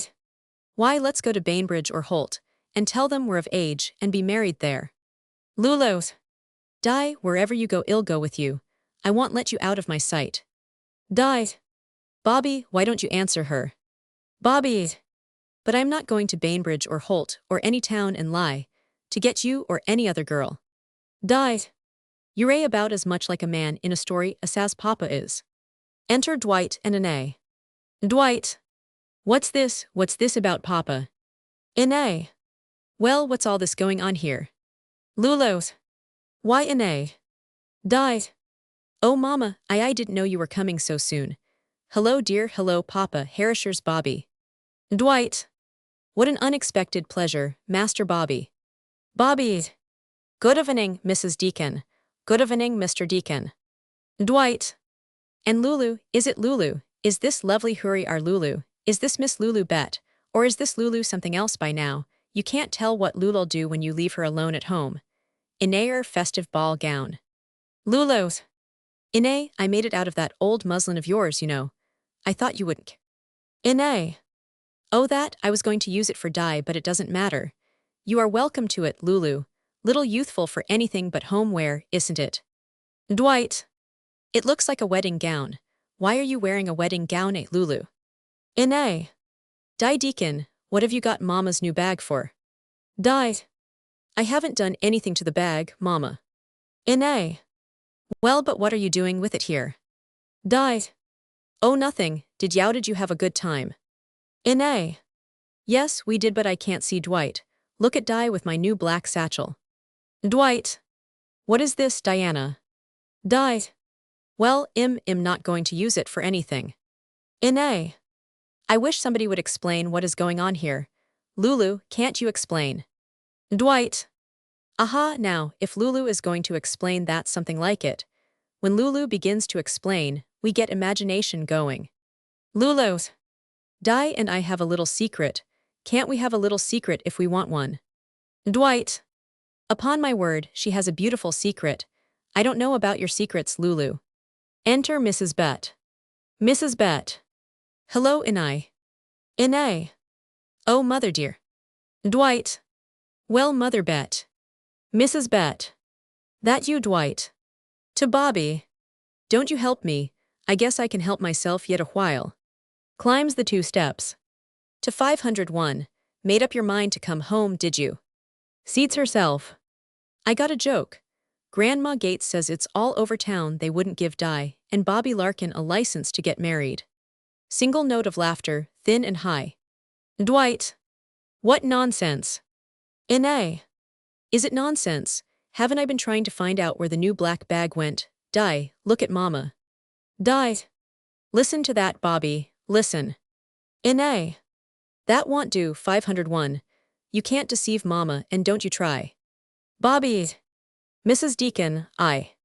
Dwight. Diana. Di. Yes, Papa. Dwight. Answer your mother, answer me. Is there anything in this absurd tale? Di. No, Papa. Dwight. Nothing whatever. Died. No, Papa's. Dwight. Can you imagine how such a ridiculous story started? Died. No, Papa's. Dwight. Very well, now we know where we are. If anybody hears this report repeated, send them to me. N.A. Well, but that satchel. Dwight.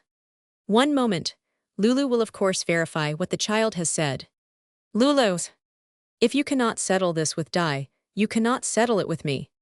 Dwight. A shifty answer. You're a bird at misrepresenting facts. Lulu's. Oh. Dwight. Lulu the bird. Lulu's. Lulu the dove to put up with you. Exit. N.A. Bobby wanted to say something. Bobby. No, Mrs. Deacon, I have nothing more to say. I'll go now. Dwight. Good night, Robert. N.A. and Dwight transfer bags and wraps to the house. Bobby. Good night, Mr. Deacon. Goodby 501. Di follows Bobby, right. Di. Bobby, come back. You hate Ali, but what else could I do? Bobby. What else could you do? I'd rather they never let us see each other again than to lose you in the way I've lost you now. Di. Bobby. Bobby. It's true, we mustn't talk about it. Di. Bobby, I'll go back and tell them all. Bobby. You can't go back, not out of a thing like that. Goodby 501, exit. Enter Dwight and N.A. Di. If you have any fear that I may elope with Bobby Larkin, let it rest. I shall never marry him if he asks me 50 times a day. N.A. Really, darling? Di. Really and truly, and he knows it too. Dwight. Aha, the lovelorn maiden all forlorn makes up her mind not to be so lorn as she thought she was. How does it seem not to be in love with him, D? Di. Papa, if you make fun of me any more ill, let the first train of cars I can find run over me. Sobs as she runs to house. Mrs. Bett. Wait, darling, tell Grandma, did Bobby have another wife too? Exeunt Mrs. Bett and 501. N.A. Di, I'd be ashamed when Papa's so good to you. Oh my, what parents have to put up with. Dwight. Bear and forbear, Pedabear and forbear. By the way, Lulu, haven't I some mail somewhere about? Lulu's. Yes, there's a letter there. I'll get it for you. She reaches through the window. Dwight. Aha, an epistle from my dear brother Ninian. N.A. Oh, from Ninian, Dwight. Dwight. From Ninian, husband of Miss Lulu. Bet you opened the letter. Your sister has been opening my mail. N.A. But Dwight, if it's from Ninian. Dwight. It is my mail. N.A. Well, what does he say? Dwight. I shall read the letter in my own time. My present concern is this disregard for my wishes. What excuse have you to offer? Lulu's. None. N.A. Dwight, she knows what's in it and we don't. Hurry up. Dwight. She is an ungrateful woman. Opens the letter with the clipping. N.A. Over his shoulder. Ah, Dwight, then he was. Dwight. Roman 1000. So, after having been absent with my brother for a month, you find that you were not married to him. Lulu's. You see, Dwight, he told the truth. He did have another wife, he didn't just leave me. Dwight. But this seems to me to make you considerably worse off than if he had. Lulu's. Oh no, no, if he hadn't liked me he wouldn't have told me about her. You see that, don't you? Dwight. That your apology. Look here, Lulu, this is a bad business. The less you say about it the better for all our sakes. You see that, don't you? Lulu's. See that? Why no. I wanted you to write to him so I could tell the truth. You said I mustn't tell the truth till I had the proofs. Dwight. Tell whom? Lulu's. Tell everybody, I want them to know. Dwight. Then you care nothing for our feelings in this matter. Lulu's. Your feelings. Dwight. How this will reflect on you, it's nothing to you that we have a brother who's a bigamist. Lulu's. But it's mates me. Dwight. You're completely out of it. You've nothing more to say about it whatever, just let it be as it is, drop it. That's all I suggest. Lulu's. I want people to know the truth. Dwight. But it's nobody's business, but our business for all our sakes. Let us drop this matter now, I tell you. Lulu her are three of us. Our interests are the same and this Thingonly Ninian is our relative, and he's nothing to you now. Is he? Lulu's. Wise. Dwight. Let's have a vote. Your snap judgment is to tell this disgraceful fact broadcast. Mine is, least said soonest mended. What do you say in A? In A. Oh, goodness, if we get mixed up in a scandal like this, we'll never get away from it. Why, I wouldn't have people know of it for worlds. Dwight. Exactly, Ine has stated it exactly. Lulu, I think you should be reconciled. Ine. My poor sister, oh Dwight. When I think of it, what have I done, what have we done that I should have a good, kind, loving husband so protected, so loved when other women darling. You know how sorry I am, we all are. Lulu's. Then give me the only thing I've got, that's my pride. My pride that he didn't want to get rid of me. Dwight. What about my pride? Do you think I want everybody to know that my brother did a thing like that? Lulu's. You can't help that. Dwight. But I want you to help it. I want you to promise me that you won't shame us like this before all our friends. Lulu's. You want me to promise what? Dwight. I ask you to promise me that you will keep this with USA family secret. Lulu's. No, I won't do it. I won't do it. Dwight. You refuse to do this small thing for us. Lulu's. Can't you understand anything? I've lived here all my life on your money. I've not been strong enough to work, they say, well, but I've been strong enough to be a hired girl in your house, and I've been glad to pay for my keep, but there wasn't a thing about it that I liked. Nothing about being here that I liked. Well, then I got a little something, same as other folks. I thought I was married, and I went off on the train, and he bought me things, and I saw different towns. And then it was all a mistake. I didn't have any of it. I came back here and went into your kitchen again. I don't know why I came back. I suppose it's because I am most 34 and new things ain't so easy anymore, but what have I got, or what'll I ever have? And 137 now you want to put onto me, having folks look at me and think he run off and left me, and having them all wonder. I can't stand it. I can't stand it. I can't. Dwight. You'd rather they'd know he fooled you when he had another wife. Lulu's. Yes, because he wanted me. How do I know? Maybe he wanted me only just because he was lonesome, the way I was. I don't care why. And I won't have folks think he went and left me. Dwight. That is wicked vanity. Lulu's. That's the truth. Well, why can't they know the truth? Dwight. And bring disgrace on us all. Lulu's. It's me. Dwight. You're always thinking of yourself. Lulu's. Who else thinks of me? And who do you think of? Who do you think of? Dwight. I'll tell you that. 138, because I know you better than anyone else in the world knows you better even than Ine. And I know that you'd sacrifice Ine, die, mother, Monona, Ninian, everybody, just to your own idea of who you are. You're one of the men who can smother a whole family and not even know you're doing it. Dwight. You listen to me. It's Ninian I am thinking about. Lulu's. Ninian's. Dwight. Yes, Ninian. Of course, if you don't care what happens to him, it doesn't matter. Lulu's. What do you mean? Dwight. If you don't love him anymore. Lulu's. You know I love him. I'll always love him. Dwight. That's likely. A woman doesn't send the man she loves to prison. Lulu's. I sent him to prison. Why, he's brought me the only happiness I've ever had. Dwight. But prison is just where hell go, and you'll be the one to send him there. Lulu's. Oh, that couldn't be. Dwight. Don't you realize that bigamy is a crime? If you tell this thing hell go to prison, nothing can save him. Lulu's. I never thought of that. Dwight. It's time you did think. Now will you promise to keep this with us, a family secret? Lulu's. Yes, I promise. Dwight. You will. Lulu's. Yes, I will. Dwight. Y'all be happy someday to think you've done this for us, Lulu. Lulu's. I suppose so. Ine. This makes up for everything, my sweet self-sacrificing sister. Lulu's. Oh, stop that. Ine. Oh, the pity of it. Lulu's. Don't you go around pitying me. I'll have you know I am glad the whole thing happened. Curtain. Act Roman 3. The same, discover Mrs. Bett tidying the porch and singing. It is the following morning. Enter Lulu with bag. Mrs. Bett. Where you going now, for pity's sakes? Lulu's. Mother, now, mother darling, listen and try to understand. Mrs. Bett. Well, I am listening, Lulu. Lulu's. Mother, I can't stay here. I can't stay here any longer.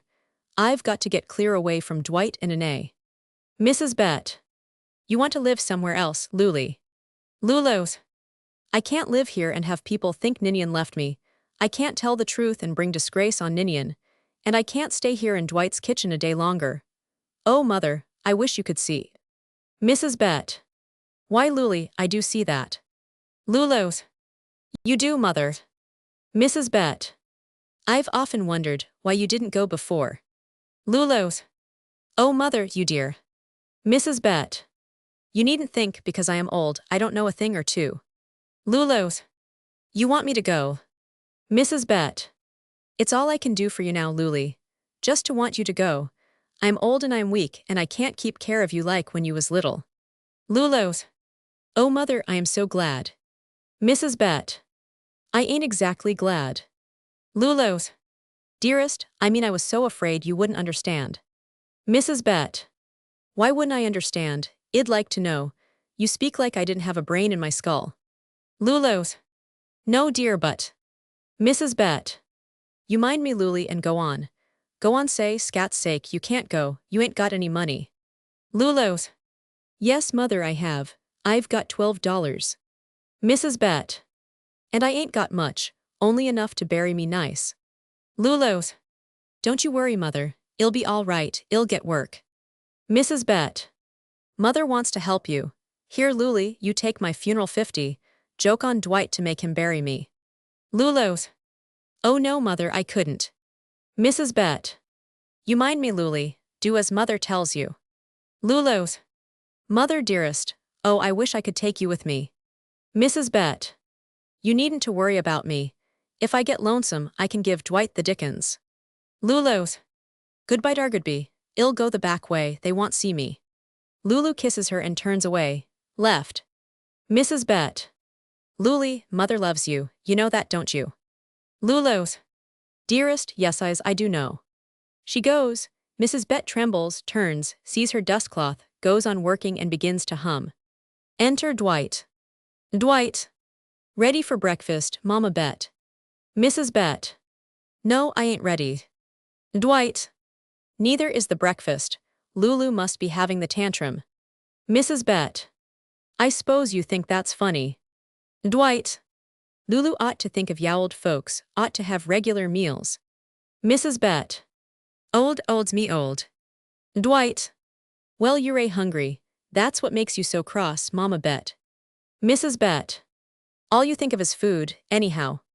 Dwight. Who has a better right, who provides the food we eat? Mrs. Bett. That's all you're good for. Dwight. Well, I may not amount to much in this old world of ours, but I flatter myself I am a good provider. Mrs. Bett. If I was going to brag, I'd brag original. Dwight. You mustn't talk like that, you know you're my best girl. Mrs. Bett. Don't you best girl me. Dwight. There's. Mrs. Bett. Now look at you, walking all over me like I wasn't here, like I wasn't nowhere. Dwight. Now Mama Bett, you're having the tantrum. Mrs. Bett. Am I? All right then I am. What you going to do about it? How you going to stop me? Dwight. Now. Enter Anne. Anne. Dwight, I can't think what's happened to Lulu. Breakfast isn't even started. Dwight. Lulu must be having a rendezvous. Grandma snorts. Anne. That's rendezvous, Dwighty, not rendezvous. Dwight. You two are pretty particular, seems to me. Mrs. Bett. Oh no, we ain't used to the best. Di is at the door. Di. Hello, family, what's the matter with breakfast? Mrs. Bett. There ain't any. Anne. Di, let's you and I get breakfast just to show Aunt Lulu that we can. Mrs. Bett. Say if you two are going to get breakfast, I'll go over to Grandma Gates for a snack. Enter Monona. Mononas. What do you suppose? Aunt Lulu's trunk is locked and strapped in her room. Inay. Monona, stop imagining things. Mononas. Well, it is. And I saw her going down the walk with her satchel when I was washing me. Dwight. Lulu must be completely out of her mind. Mrs. Bett. First time I've known her to show good sense in years. Inay. Why, Mama? Dwight. Mother Bett, do you know where Lulu is? Mrs. Bett. Mother knows a plenty. Inay. Mama, what do you mean? Mrs. Bett. I know all about Lulu being gone. She went this morning. I told her to go. Inay. Why, Mama, how can you talk so, when Dwight has been so good to you and Lulu? Mrs. Bett. Good, yes, he's give us a pillow and a baked potato. Dwight. So, you and Lulu presume to upset the arrangement of my household, without one word to me. Mrs. Bett. Upset you cockroach. Inay. Monona, stop listening, now run away and play. Die, you go and begin breakfast. Die. Yes, Mummy. Mononas. Ah, let me stay. Inay. Exeunt die and Monona. Go at once, children. Mother, you ought not to use such language before young people. Mrs. Bett. Don't you think they're fooled? What do you suppose Di was going to run away with Bobby Larkin for, only to get away from you? Dwight. Mother Bett. Mrs. Bett. What do you suppose? Lulu married Ninian Foronley to get shed of both of you. Inay. Oh, please, please, somebody think a little bit of me. Dwight, do go after Lulugo to the depotch, couldn't get away before the 8:37. Dwight. My dear Inay, my dignity. Inay. Oh, please do go. Dwight. Oh my heavens, what a house full of women. Inay. Dwight, we can't get along without Lulu. Dwight. Upsetting things about my ears. Exit. Inay. Mama, I do think it's too bad of Yao. Now I'll try to get some breakfast. Exit. Mrs. Bett. Going to try to he. Enter Monona. Mononas. Oh, Grandma, isn't it fun with so much going on? Mrs. Bett. What's that, you little ape? Mononas. Oh, I just love it. Everybody makes such funny faces. Mrs. Bett. Some people are born with funny faces. Monona, ain't you ever going to grow up? Mononas. Grandma, I am grown up. Mrs. Bett. You don't act like it. Mononas. Well, grown folks don't neither. Mrs. Bett. SHHHHHH, stop talking back to me. Mononas. Everybody shushes me. If I don't talk, how'll they know I am there? Mrs. Bett. I guess they could bear up if they didn't know you was there. Mononas. I'd better get in, or I'll catch it. Monona sings a silly song. Mrs. Bett. Rocking in rhythm with the song. Scott's sake, what am I doing, them wicked words? Enter 501, die. Monona, Mama wants you. Mononas. I'd better go or I'll catch it. I'll catch it anyway. Exit. Enter Ninian. Die. Uncle Ninian, well, it's just about time you showed up. Ninians. You're right, 501, but I came as soon as I could. Die. You might as well know, I think you're a perfect slunge. Mrs. Bett. Land sakes. Ninians. Mrs. Bett. Mrs. Bett. Don't you come near me, don't you speak to me, you whited centipede. Ninians. That's what I expected, and that's what I deserve. Mrs. Bett. Move on, move on. Ninians. Let me tell you something first, Mother Bett. Mrs. Bett. Don't you mother me. Ninians. Yes, that's just what I mean, Mother Bett. I've found that the woman I married died in Rio years ago. Here's a letter from the consul. Mrs. Bett. Dead, ain't that nice? But what ailed you all the time? A man with any Gedupanjit would have known that all along. Ninians. I'm not excusing myself any, Mother Bett. Mrs. Bett. Well, perhaps you're as good as you know how to be. Anyway, your mother's responsible for a good deal without counting you. Ninians. Mother Bett, where is Lulu? Mrs. Bett. Who Lulu? Oh, she's run away. Ninians. What do you say? Mrs. Bett. She's gone off on the train this morning. I told her to go. Ninians. Mother Bett, where has she gone? Mrs. Bett. Gone to call her soul her own, I guess. Ninians. But Mother Bett, where did Lulu go? Mrs. Bett. She might be at the depot. Ninians. Can I catch her? Mrs. Bett. You can catch her, if you can run in them white mittens. Ninians. Run, watch me. Exit running. Die. Oh, Grandma, isn't it just too romantic? Mrs. Bett. What do you mean romantic? Enter Monona. Mononas. Breakfast's ready, Grandma. Mrs. Bett. Breakfast, I wouldn't know coffee from flapjacks. Mononas. I've been catching it all morning, and I didn't do a thing. Mrs. Bett. What's that, little ape? Mononas. Grandma, honestly, do you see why? Because Aunt Lulu ran away, the whole family should pick on me. Mrs. Bett. Come here, you poor neglected child. Mononas. Mama's getting breakfast, and she's burned all over, and she's so cross. Roman 1000, why here she comes now. Mrs. Bett. Who? Died. Aunt Lulu. Enter Lulu. Lulu's. Mother. Mononas. Oh, good, no, they'll pick on you instead of me. Mrs. Bett. Softly. Monona, you run down the road as tight as you can and catch your Uncle Ninian quick, shshshsh. Mononas. Uncle Ninian, oh ho. Exit. Lulu's. Mother, what do you think I've heard? Mrs. Bett. Land knows, my head's whirlin', who found you? Lulu's. Found me. Mrs. Bett. I can count up to 11 in this house that's went after you, or went after them, that went after them, oh land. Lulu's.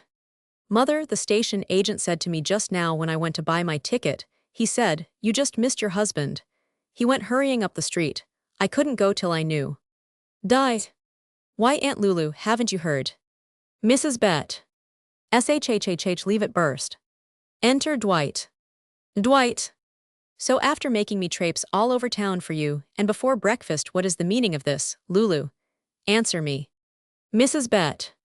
Sit down, Dwight. Take off your hat, why don't you? Enter Ine. Ine. Forevermore. Lulu's. Were you looking for me, Dwight? Dwight. What about our breakfast, may I ask? Lulu's. Haven't you had your breakfast, Dwight? I had mine in the bakery. Mrs. Bett. In the bakery, on expense. Ine. Lulu, where have you been? Lulu's. How good of you to miss me. Ine. Lulu, you don't act like yourself. Lulu's. That's the way I heard the women talk in Savannah, Georgia. So good of you to miss me. Dwight. Lulu, let's have no more of this nonsense. Lulu's. Whose nonsense, Dwight? I've left your home for good and all. I am going somewhere else to work. Ine. Why, Lulu, what will people think of Dwight and me if we let you do that? Dwight. So you thought better of the promise you made to us last evening, not to tell our affairs broadcast. Lulu's. Your affairs. No, Dwight, you can tell them anything you like when I am gone. Ine. How am I ever going to keep house without you? Dwight, you've simply got to make her stay. When I think of what I went through while she was away, everything boils over, and what I don't expect to be boil BB burns. Sister, how can you be so cruel when Dwight and I... Dwight. Patience, patience, petty Lulu. I ask you to stay here where you belong. Lulu's. No, Dwight, I am through. Dwight. So, sister mine, have you found some other man willing to run away with you? Lulu's. That will do, Dwight. You've pretended so long you can't be honest with yourself any of the time.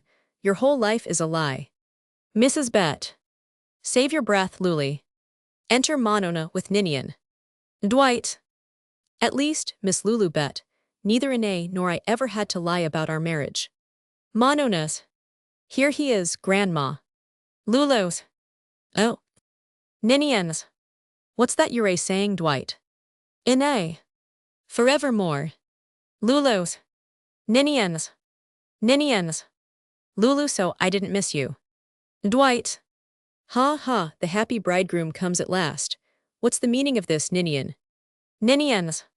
I'll bet he's made life beautiful for you since you got back. Anything more to say, Dwight? Dwight. Yes, Lulu was planning to run away. I was telling her she'd better stay here at home, where she'd have us to stand by her. Ninians. Yes, I've heard how you stood by her. You're a magnificent protector, you are. Dwight. Look here, Nin, don't you feel that you have to sacrifice yourself? Lulu is well enough off here. Inay. She was quite happy until you came, Ninian.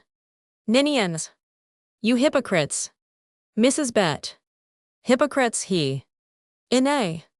Children, stop listening to older people. Die. Oh mama. Mononas. Cryings. Oh let me stay. Inay. Children. Exeunt die in monona. Ninian, how can you say such things to us? Ninians. Lulu has suffered as much from you as she has from me. Mrs. Bett. That's right, Ninian. Plain talk won't hurt nobody around here. Ninians. Lulu, can you forgive me? Lulu's. But Cora Waters, what of her? Dwight. Yes, what about your other wife? Ninians. I haven't any other wife, just Lulu. Mrs. Bett. Cora Waters is dead, I knew it all along. Lulu's. Ninian, is it true? Ninians. Yes, it's true. Mrs. Bett. He's confided in his mother, he told me all about it. Ninians. Will you come back to me, Lulu? Mrs. Bett. Better take him, Luli. You can have that 50 to furnish up the parlor. Lulu's. Oh mother, I wish we could have you with us. Ninians. Do you forgive me? Lulu's.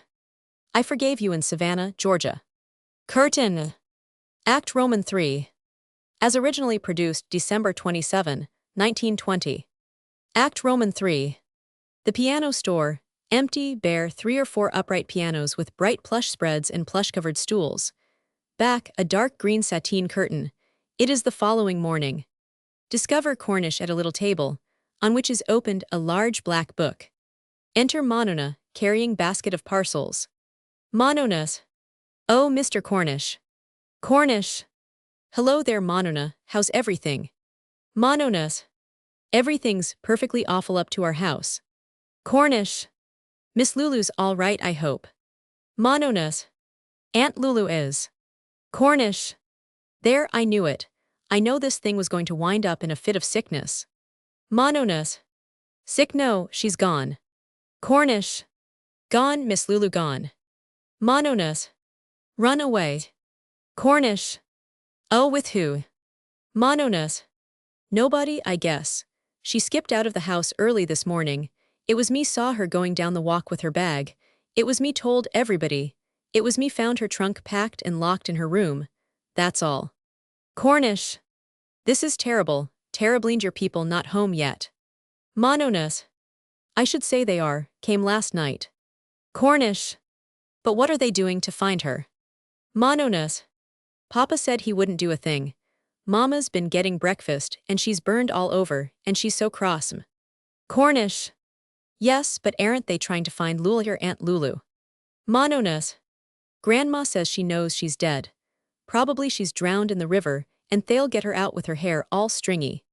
Cornish. See here, I think I'll come up to your house. I'll put a little notice on my door. Mononas. I better go now. I'll catch it anyhow. I've been catching it all the morning and I didn't do a thing. Mr. Cornish, honestly, do you see why? Because Aunt Lulu ran away, the whole family should pick on me. Cornish. Well, we must all help as much as we can, Monona. Mononas. Up to our house, honestly, you'd think I was the one that had done it. And I may. Exit running. Cornish. I'll be right there, as soon as I can lock up.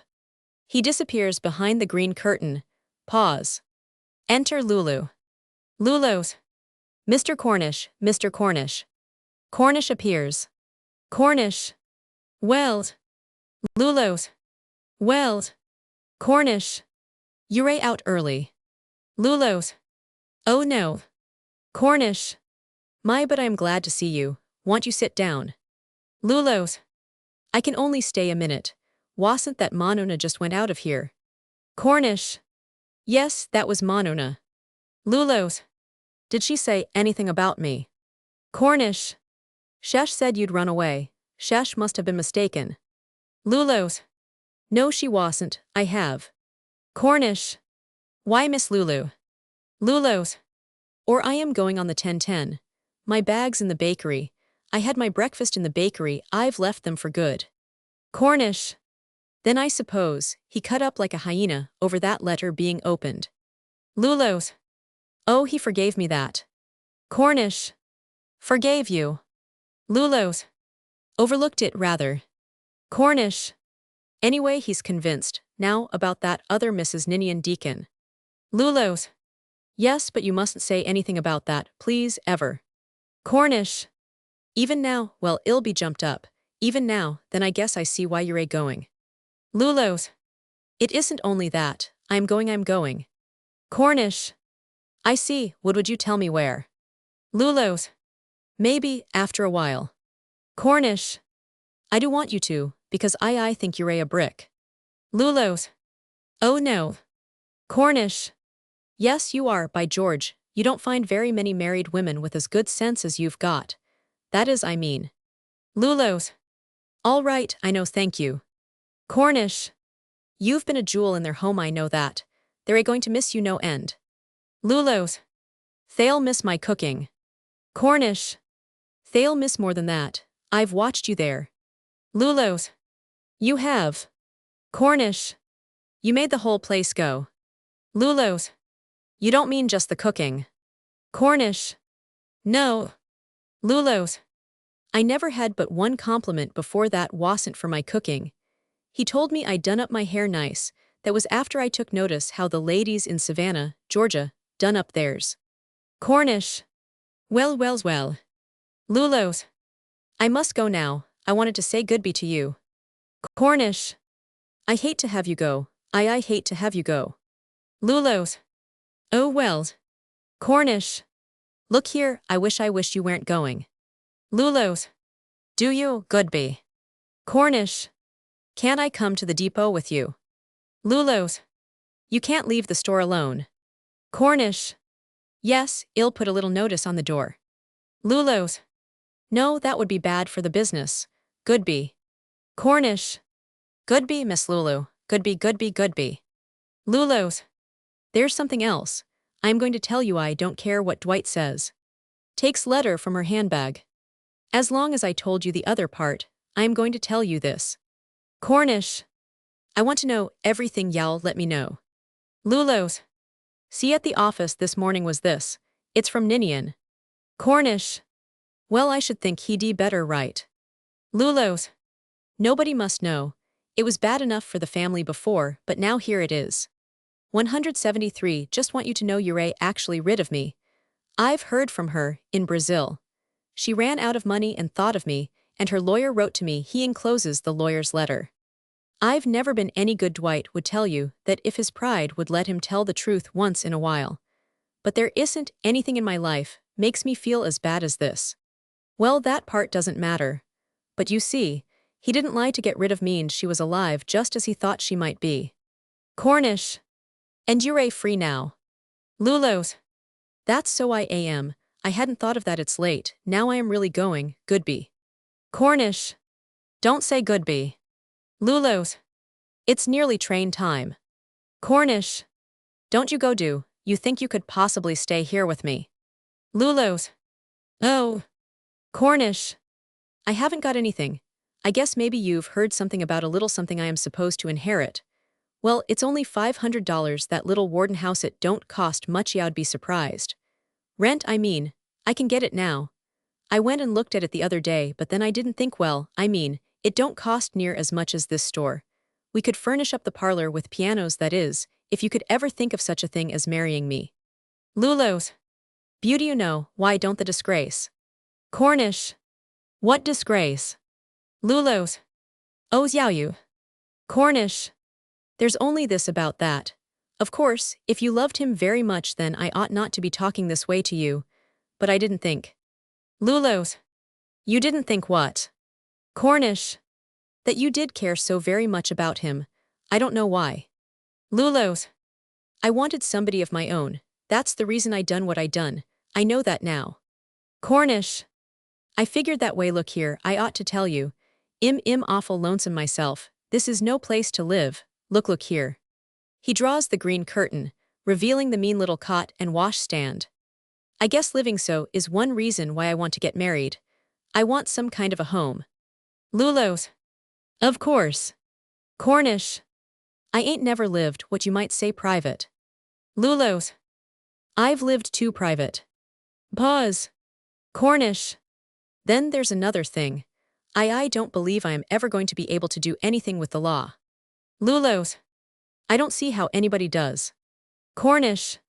And I'm not much good in a business way.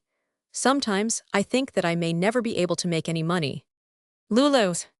Lots of men don't. Cornish. Well, there it is. I'm no good at business. I'll never be a lawyer. And everything I say sounds wrong to me, and yet I do believe that I'd know enough not to bully a woman, not to make her unhappy. Maybe even I could make her a little happy. Lulu's. Lots of men do. Voices. Enter Inay, Dwight and Mrs. Bett. Inay. Oh, Dwight, she's still here. Dwight. So this is where we find our Lulu. Lulu's. Did you want me, Dwight? Inay.